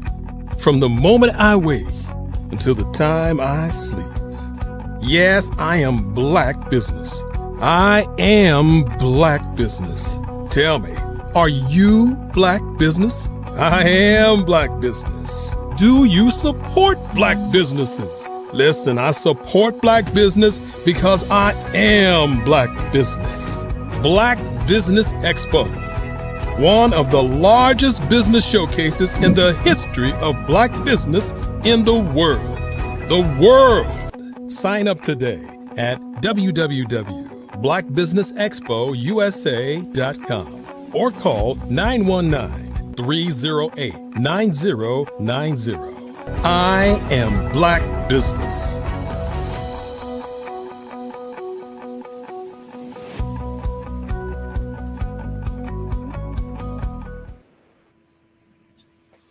Good morning, business owners, entrepreneurs, thought leaders, and corporations. Welcome to the Black Business Network.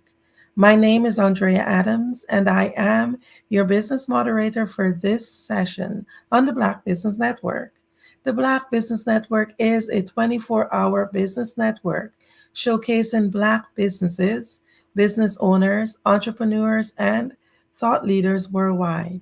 We have speakers from North Carolina, London, Singapore, Africa, Japan, and cities all over the United States. The Black Business Network is a global community sharing its business knowledge to empower, inspire, and educate businesses about business. Our next guest is none other than Dr. Stephanie Hopkins. She is a visionary entrepreneur and CEO of Black Wall Street Title LLC and Embracing Life Development Inc., dedicated to empowering underserved communities through estate planning and property financial literacy. She transforms complex property rights into opportunities for generational wealth while addressing racial economic disparities. Her mission focuses on preserving affordable housing and fostering financial sustainability. It is my pleasure to welcome to the Black Business Network, Stephanie Hopkins. Hello, how are you, Miss Adams? I am doing well today, Stephanie. How are you? I am blessed and highly favored. Thank you for asking. Great. I'm just excited to dive into this interview. I know it's going to be filled with a lot of great nuggets. Can you tell us what inspired you to find Embracing Life Development Inc.?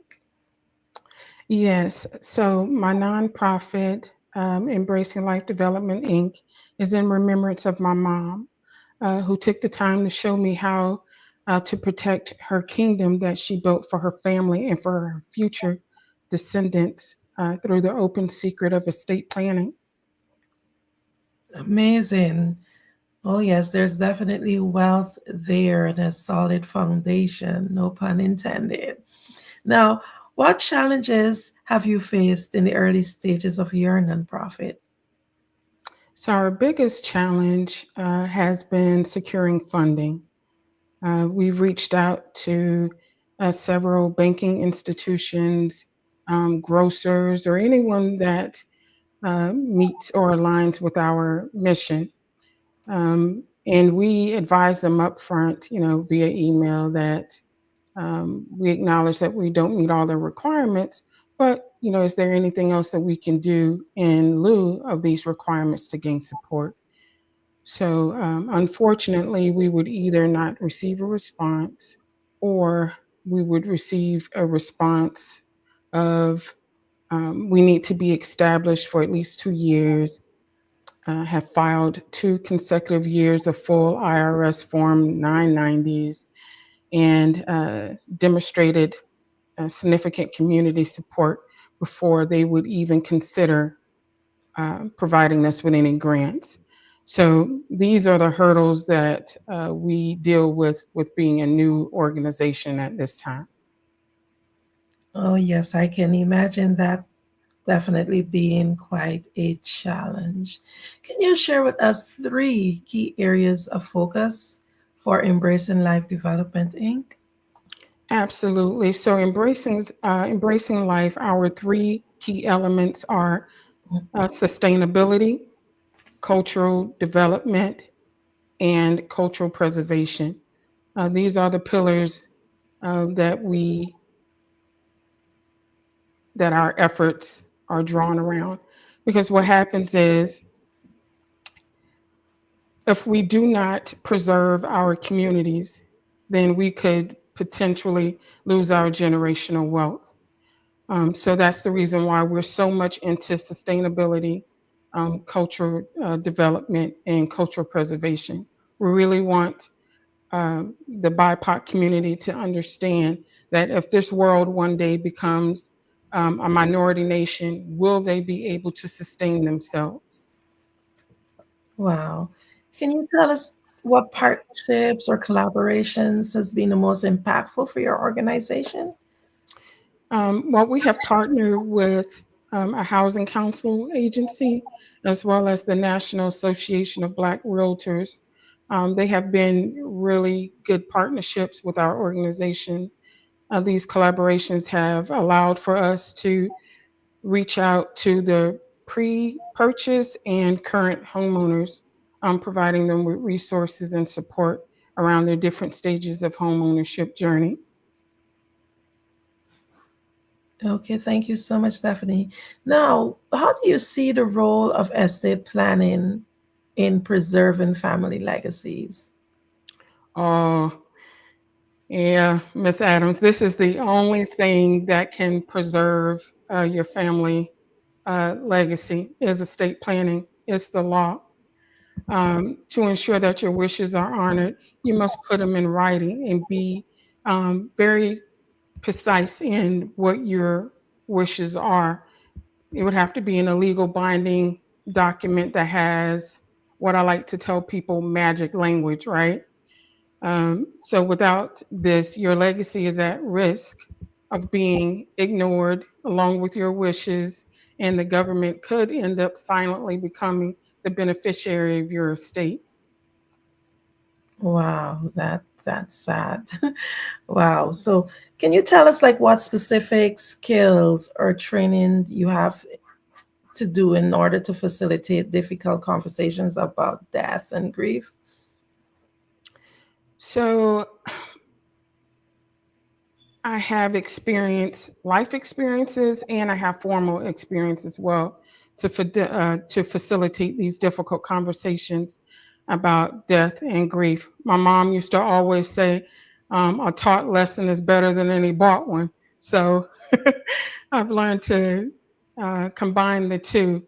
I took a course in college called Death and Dying, and it was very valuable and provided insight into the lady's name is Elizabeth uh, Kubler-Ross, and the 5 stages of death and grief, which is denial, anger, bargaining, depression, and acceptance.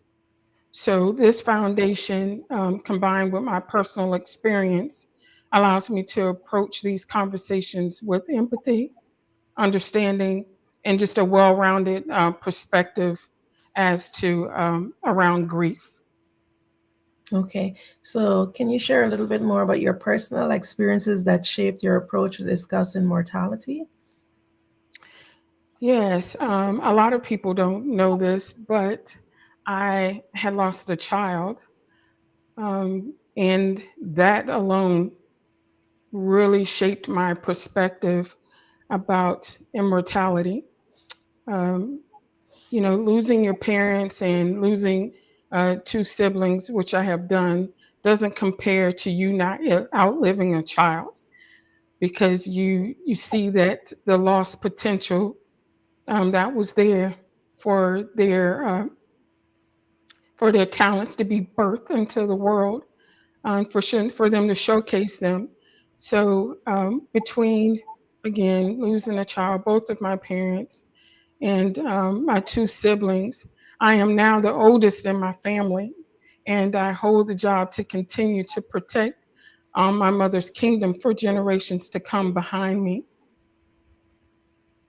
Thank you for sharing that. I know that these are definitely very much so sensitive topics. Can you share a little bit about how racial and socioeconomic factors impact estate planning and family communication?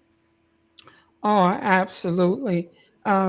There's a historical distrust of the financial institutions in the underserved communities, unrepresented Black professionals in finance and law, and the high cost barriers of estate planning.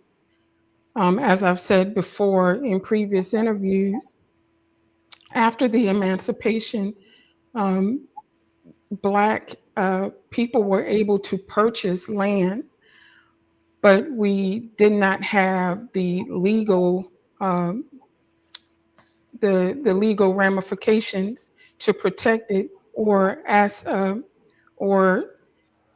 able to have estate planning, right? So with that, land is lost because the deed is the document that holds ownership. You can't just say, Miss Adams, I want you to have my property when I pass away. The world doesn't see that. It has to be in writing what your wishes are. And because of the lack of professionals in that area and the cost barrier, it causes an issue for the estate planning for cultures. Also, the communication and the culture can also affect the wealth transfer decision because they don't like to talk about death. They think it's kind of taboo or something will happen, but it is actually a part of the life cycle.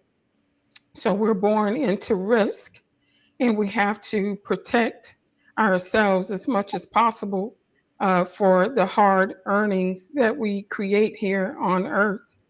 So, to address these issues, we're advocating for more pro bono services, outreach from professionals of color in education initiatives, and our goal is um, to bridge the gap and promote wealth uh, preservation in the BIPOC communities, turning estate planning into a tool for economic empowerment and healing generational financial trauma. Amazing. You're talking about being able to some of the plans that you're having within the next few years. You started to share that with us. So, how do you see your work evolving as far as the next 5 years to continue supporting families, especially through these challenging transitions? So I see my work evolving by expanding access to estate planning education, particularly in the underserved BIPOC communities.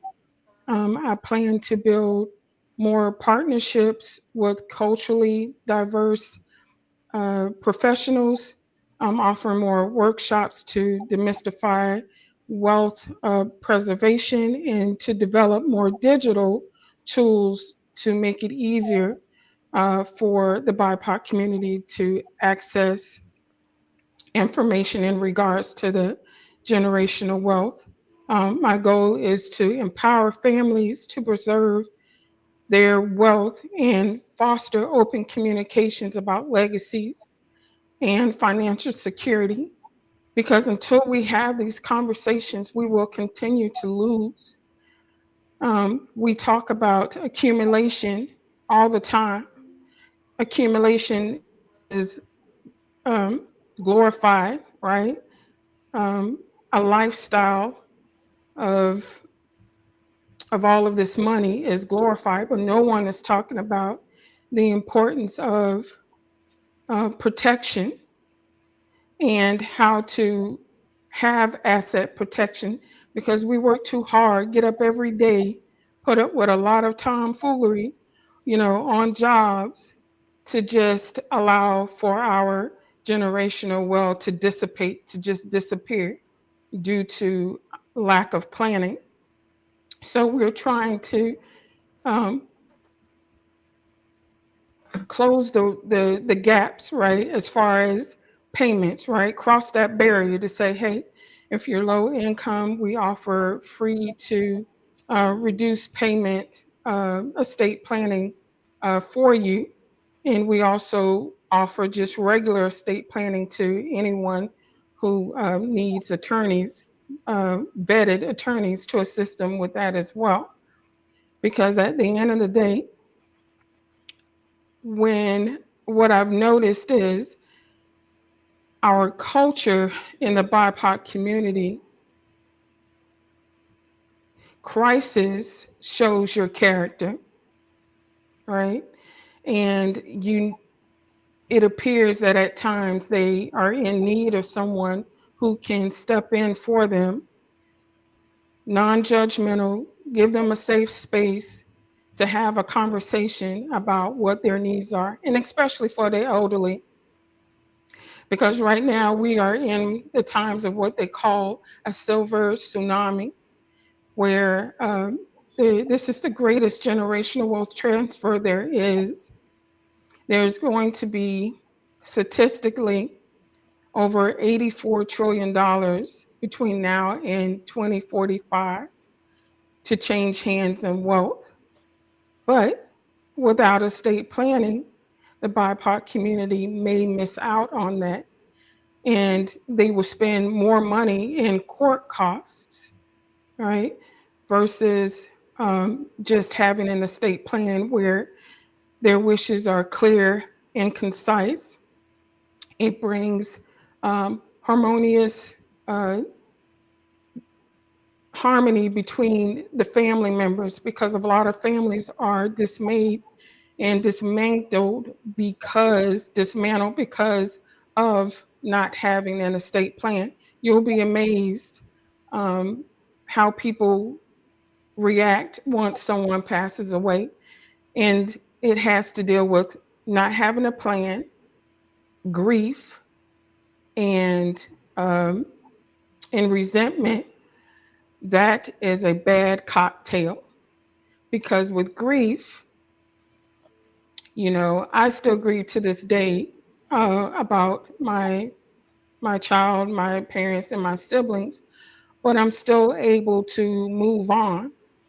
But when you have regret, you have to forgive yourself for that. And a lot of people can't get past forgiving themselves for that. So they're at the grave site, crying and asking these questions, why did you leave us in this mess? And that person can't answer. So I always tell people, give them the opportunity, your family now, the opportunity to ask their questions and for them to be addressed so they can be who they need to be for their family that is left behind,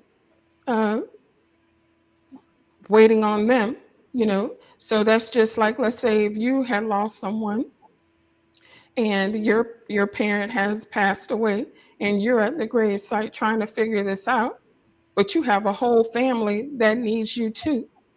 So there's just a lot of trauma that has been planted in the BIPOC community system-wise. We know that, we know what it is and it's here, and we just have to change it, right? So we need more people that recognize what this is and who are willing to take a stance into righting some wrongs, because it's going to take more than just me and more than just you or the individuals that are on this platform. It is going to take the whole universe to make a change so that we can all live a prosperous life as we were provided to. We're supposed to share this. It's not supposed to be one-sided, but that's the issue that we're having right now, is that the wealth equilibrium is off, between the have and the have-nots. So it causes a strain on the economy. But there's also a lot of misinformation out there too, which causes people to be more pessimistic than risk takers. They need that truth, right? And they're spending a lot of money for it in order for them to make an informed decision. But if you're not giving them that, then they're still confused, and a confused mind won't make a decision. Very true about that. It would be a lot of indecisiveness. Now, I want to ask you a little bit more. In your bio, you spoke about creating the Black Wall Street. Just let me get the correct words. My apology. It was called the Black Wall Street Title LLC. Can you just share a little bit more about what inspired you to start that and what it's about? Yes. So Black Wall Street Title LLC is my title agency. What's inspired me to create that is me fighting for my life for COVID. And I made a promise to God that if He saved me, that I would, do whatever that purpose is that He had for my life. And that's how Black Wall Street came about. I met a title agent who thought that I would be a good title agent. She sponsored me to become a title agent. I worked underneath her for a while, and then she decided to go separate ways. And then I created Black Wall Street. But while in that arena, she specialized in land. I saw that there was an issue with individuals, mainly of color, being able to sell off their vacant land. There were a lot of individuals that needed probate, and they were selling off the land for whatever reason. I believe I spoke to one of them, and they wanted to pay some bills. So they wanted to, cash in on their property, but they couldn't do it because technically they were not the owner of the property. And explaining that to them can be a little challenging because of how the system of things are, right? So they just figured, well, because my parent left this to me, they said it, that it's mine.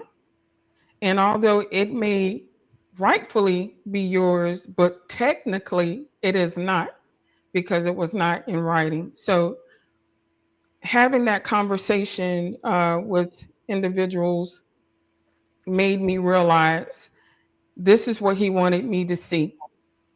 He wanted me to see that there is a disconnect of estate planning and heirs property and how it affects not just the generational wealth, but family dynamics as a whole, and how it even affects the economy.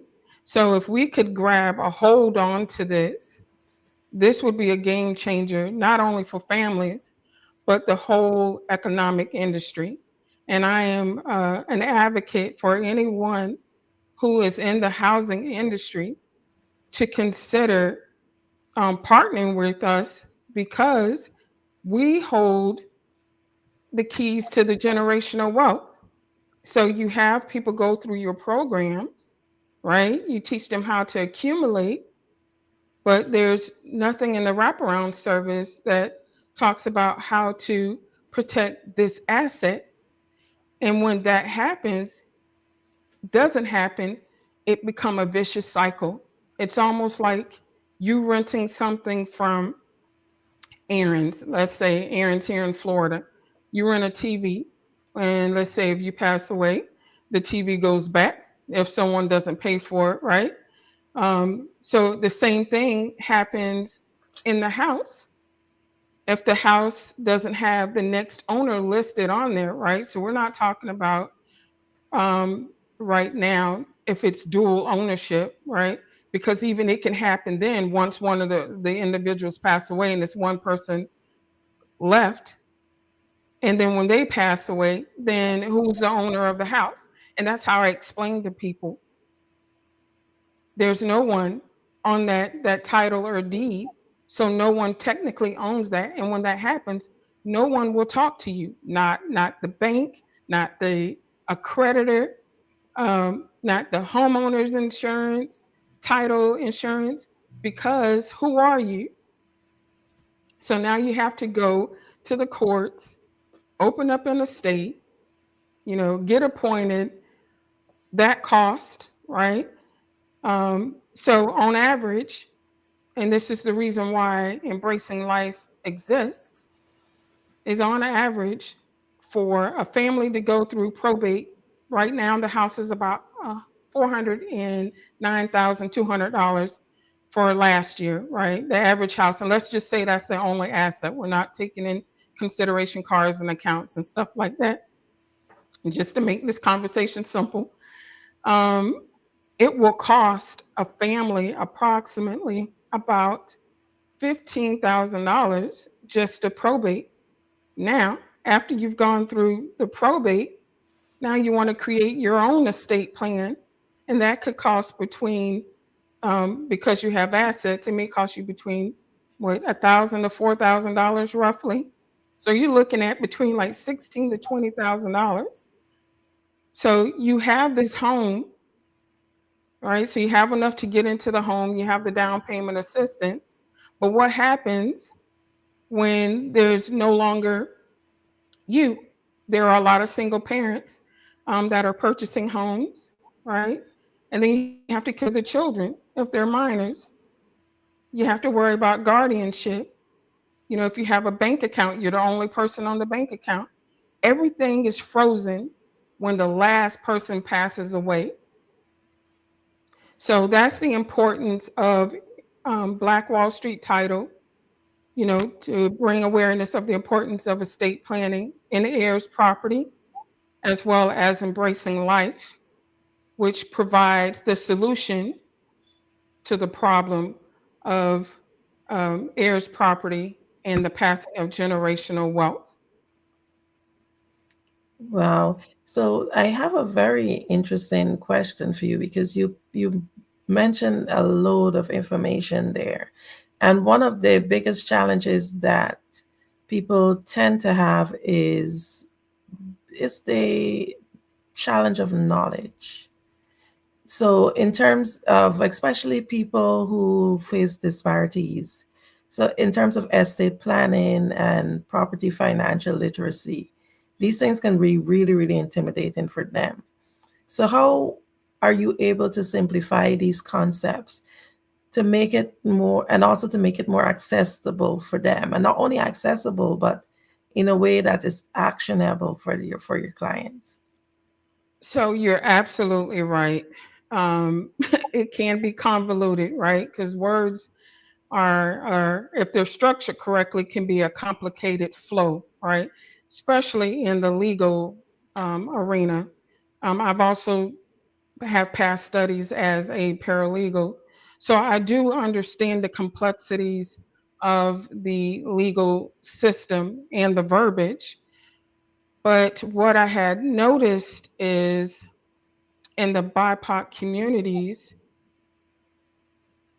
I can be that translator for them. I can bring the high level information down to bite-sized pieces, because I'm able to think on this level and bring it down to another level so everyone can understand it and make informed decisions. That's my goal. So when you do that and you have understanding on the forefront of your mind, then you really work diligently at being able to simplify the complicated things.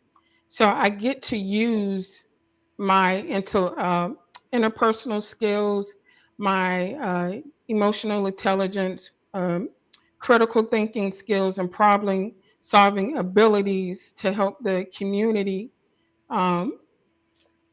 get a balance, right?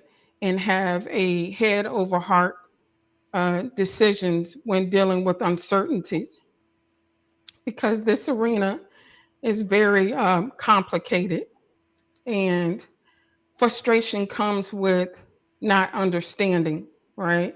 So I try to explain as much as possible, and I will say it 10 times over if need be, in order for them to gain understanding. And then once they do that, and if they don't like it, it just is what it is. But at least you understand it, because with all things you gain an understanding. Most definitely. One of the things that I want you to do, would you be able to, what advice would you give to some person or entrepreneurs, leaders, people listening in here mostly are entrepreneurs? And can you just tell us what advice you would give them to someone who would want to make a meaningful impact in their community? The world is full of problems. So find a problem that you can solve that aligns with your gifts and talents. So every day we're on your employer's job, you do something well. Find out what that is. What draws you to this particular subject or jobs that you keep gravitating to.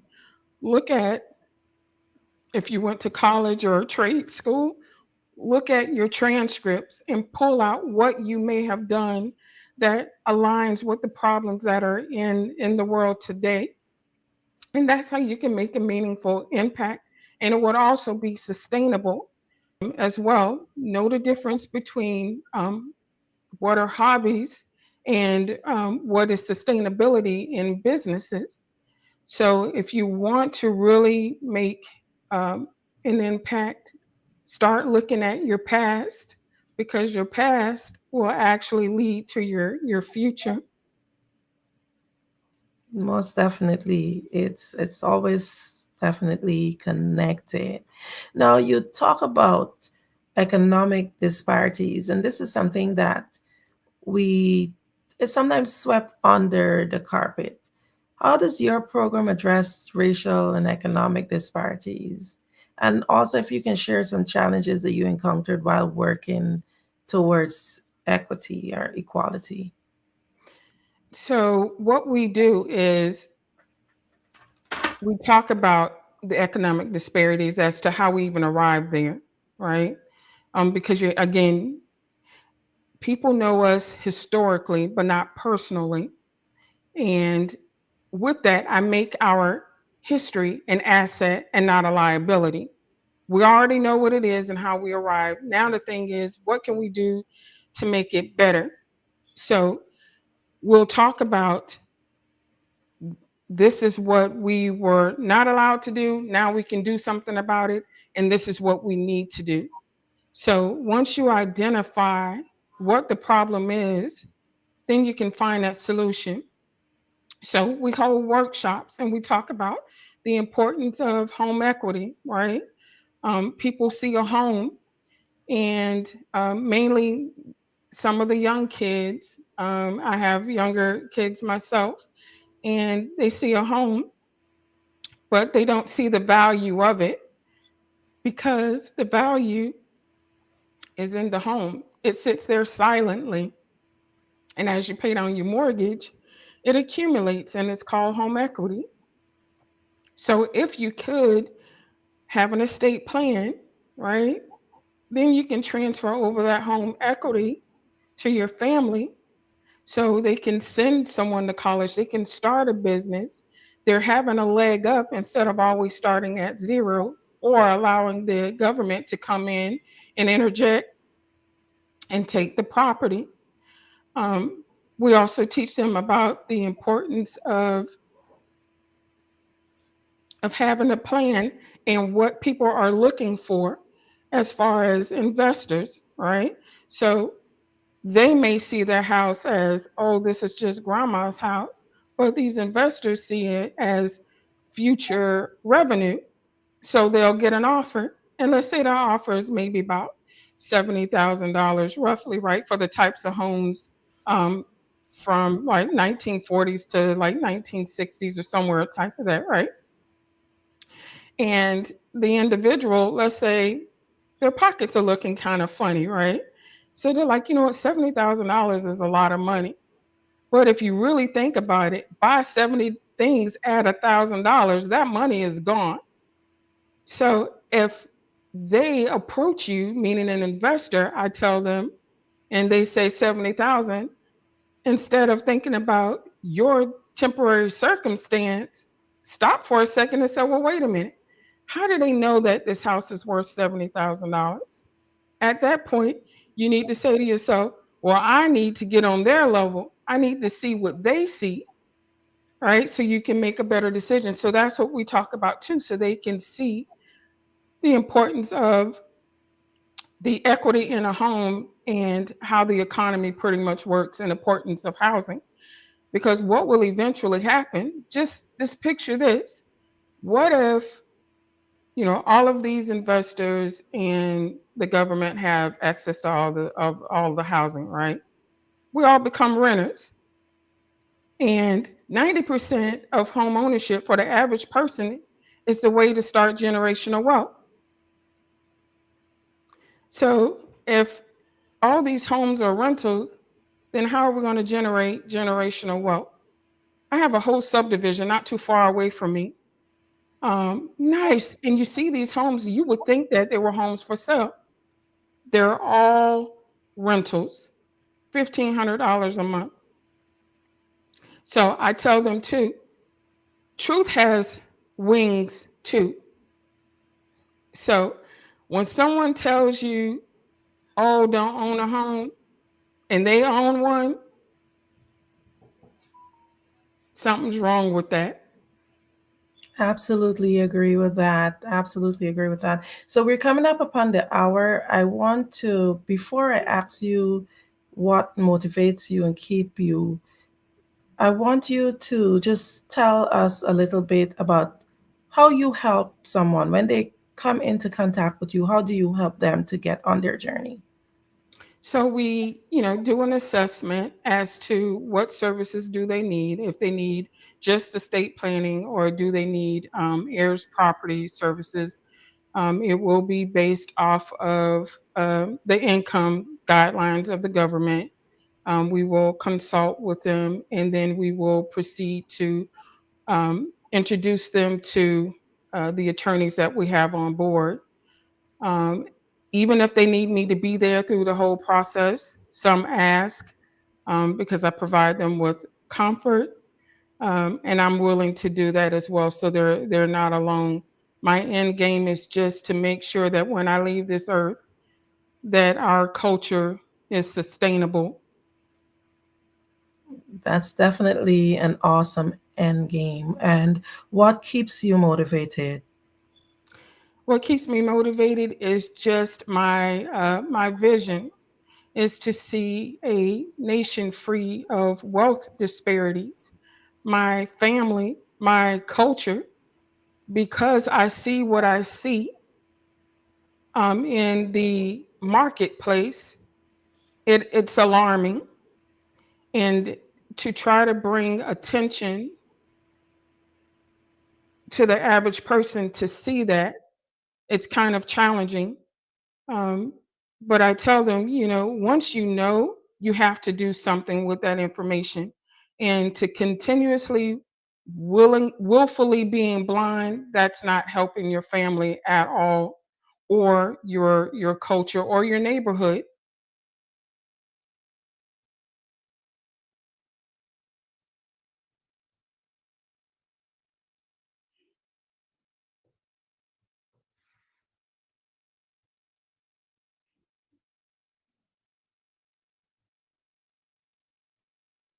Okay, can you just tell us how we can contact you?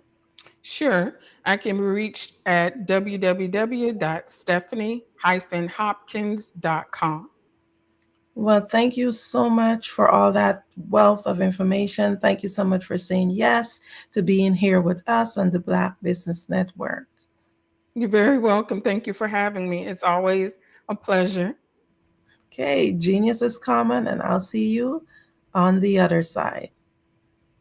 The Black Business Expo mission is to raise funds for high school seniors going to college or K-12 entrepreneurs. This expo is a fundraiser for students. You may go to blackbusinessexpousa.com to donate to the scholarship fund or use the Cash App BBX USA. Our goal is to give laptops and up to $5,000 to 10 students. Students can register online at blackbusinessexpousa.com. Every dollar counts, so we want to remind you to donate to the scholarship fund. We want to thank our Black Business Expo USA sponsors for January 2025. NC100, Suede Soul, Carolina, Virginia Minority Supplier Development Council, Step Management, Margie McLean Foundation, Inc., Genius is Common, Executive Women's Success Institute, The Quality Coaching Company, Superwoman Business Services, Creative Force Studios, Lee Entertainment, Black Business Olympics, Artistic App Design, Banks Law Firm, Black Business Expo USA. Genius is common, and I'll see you on the other side.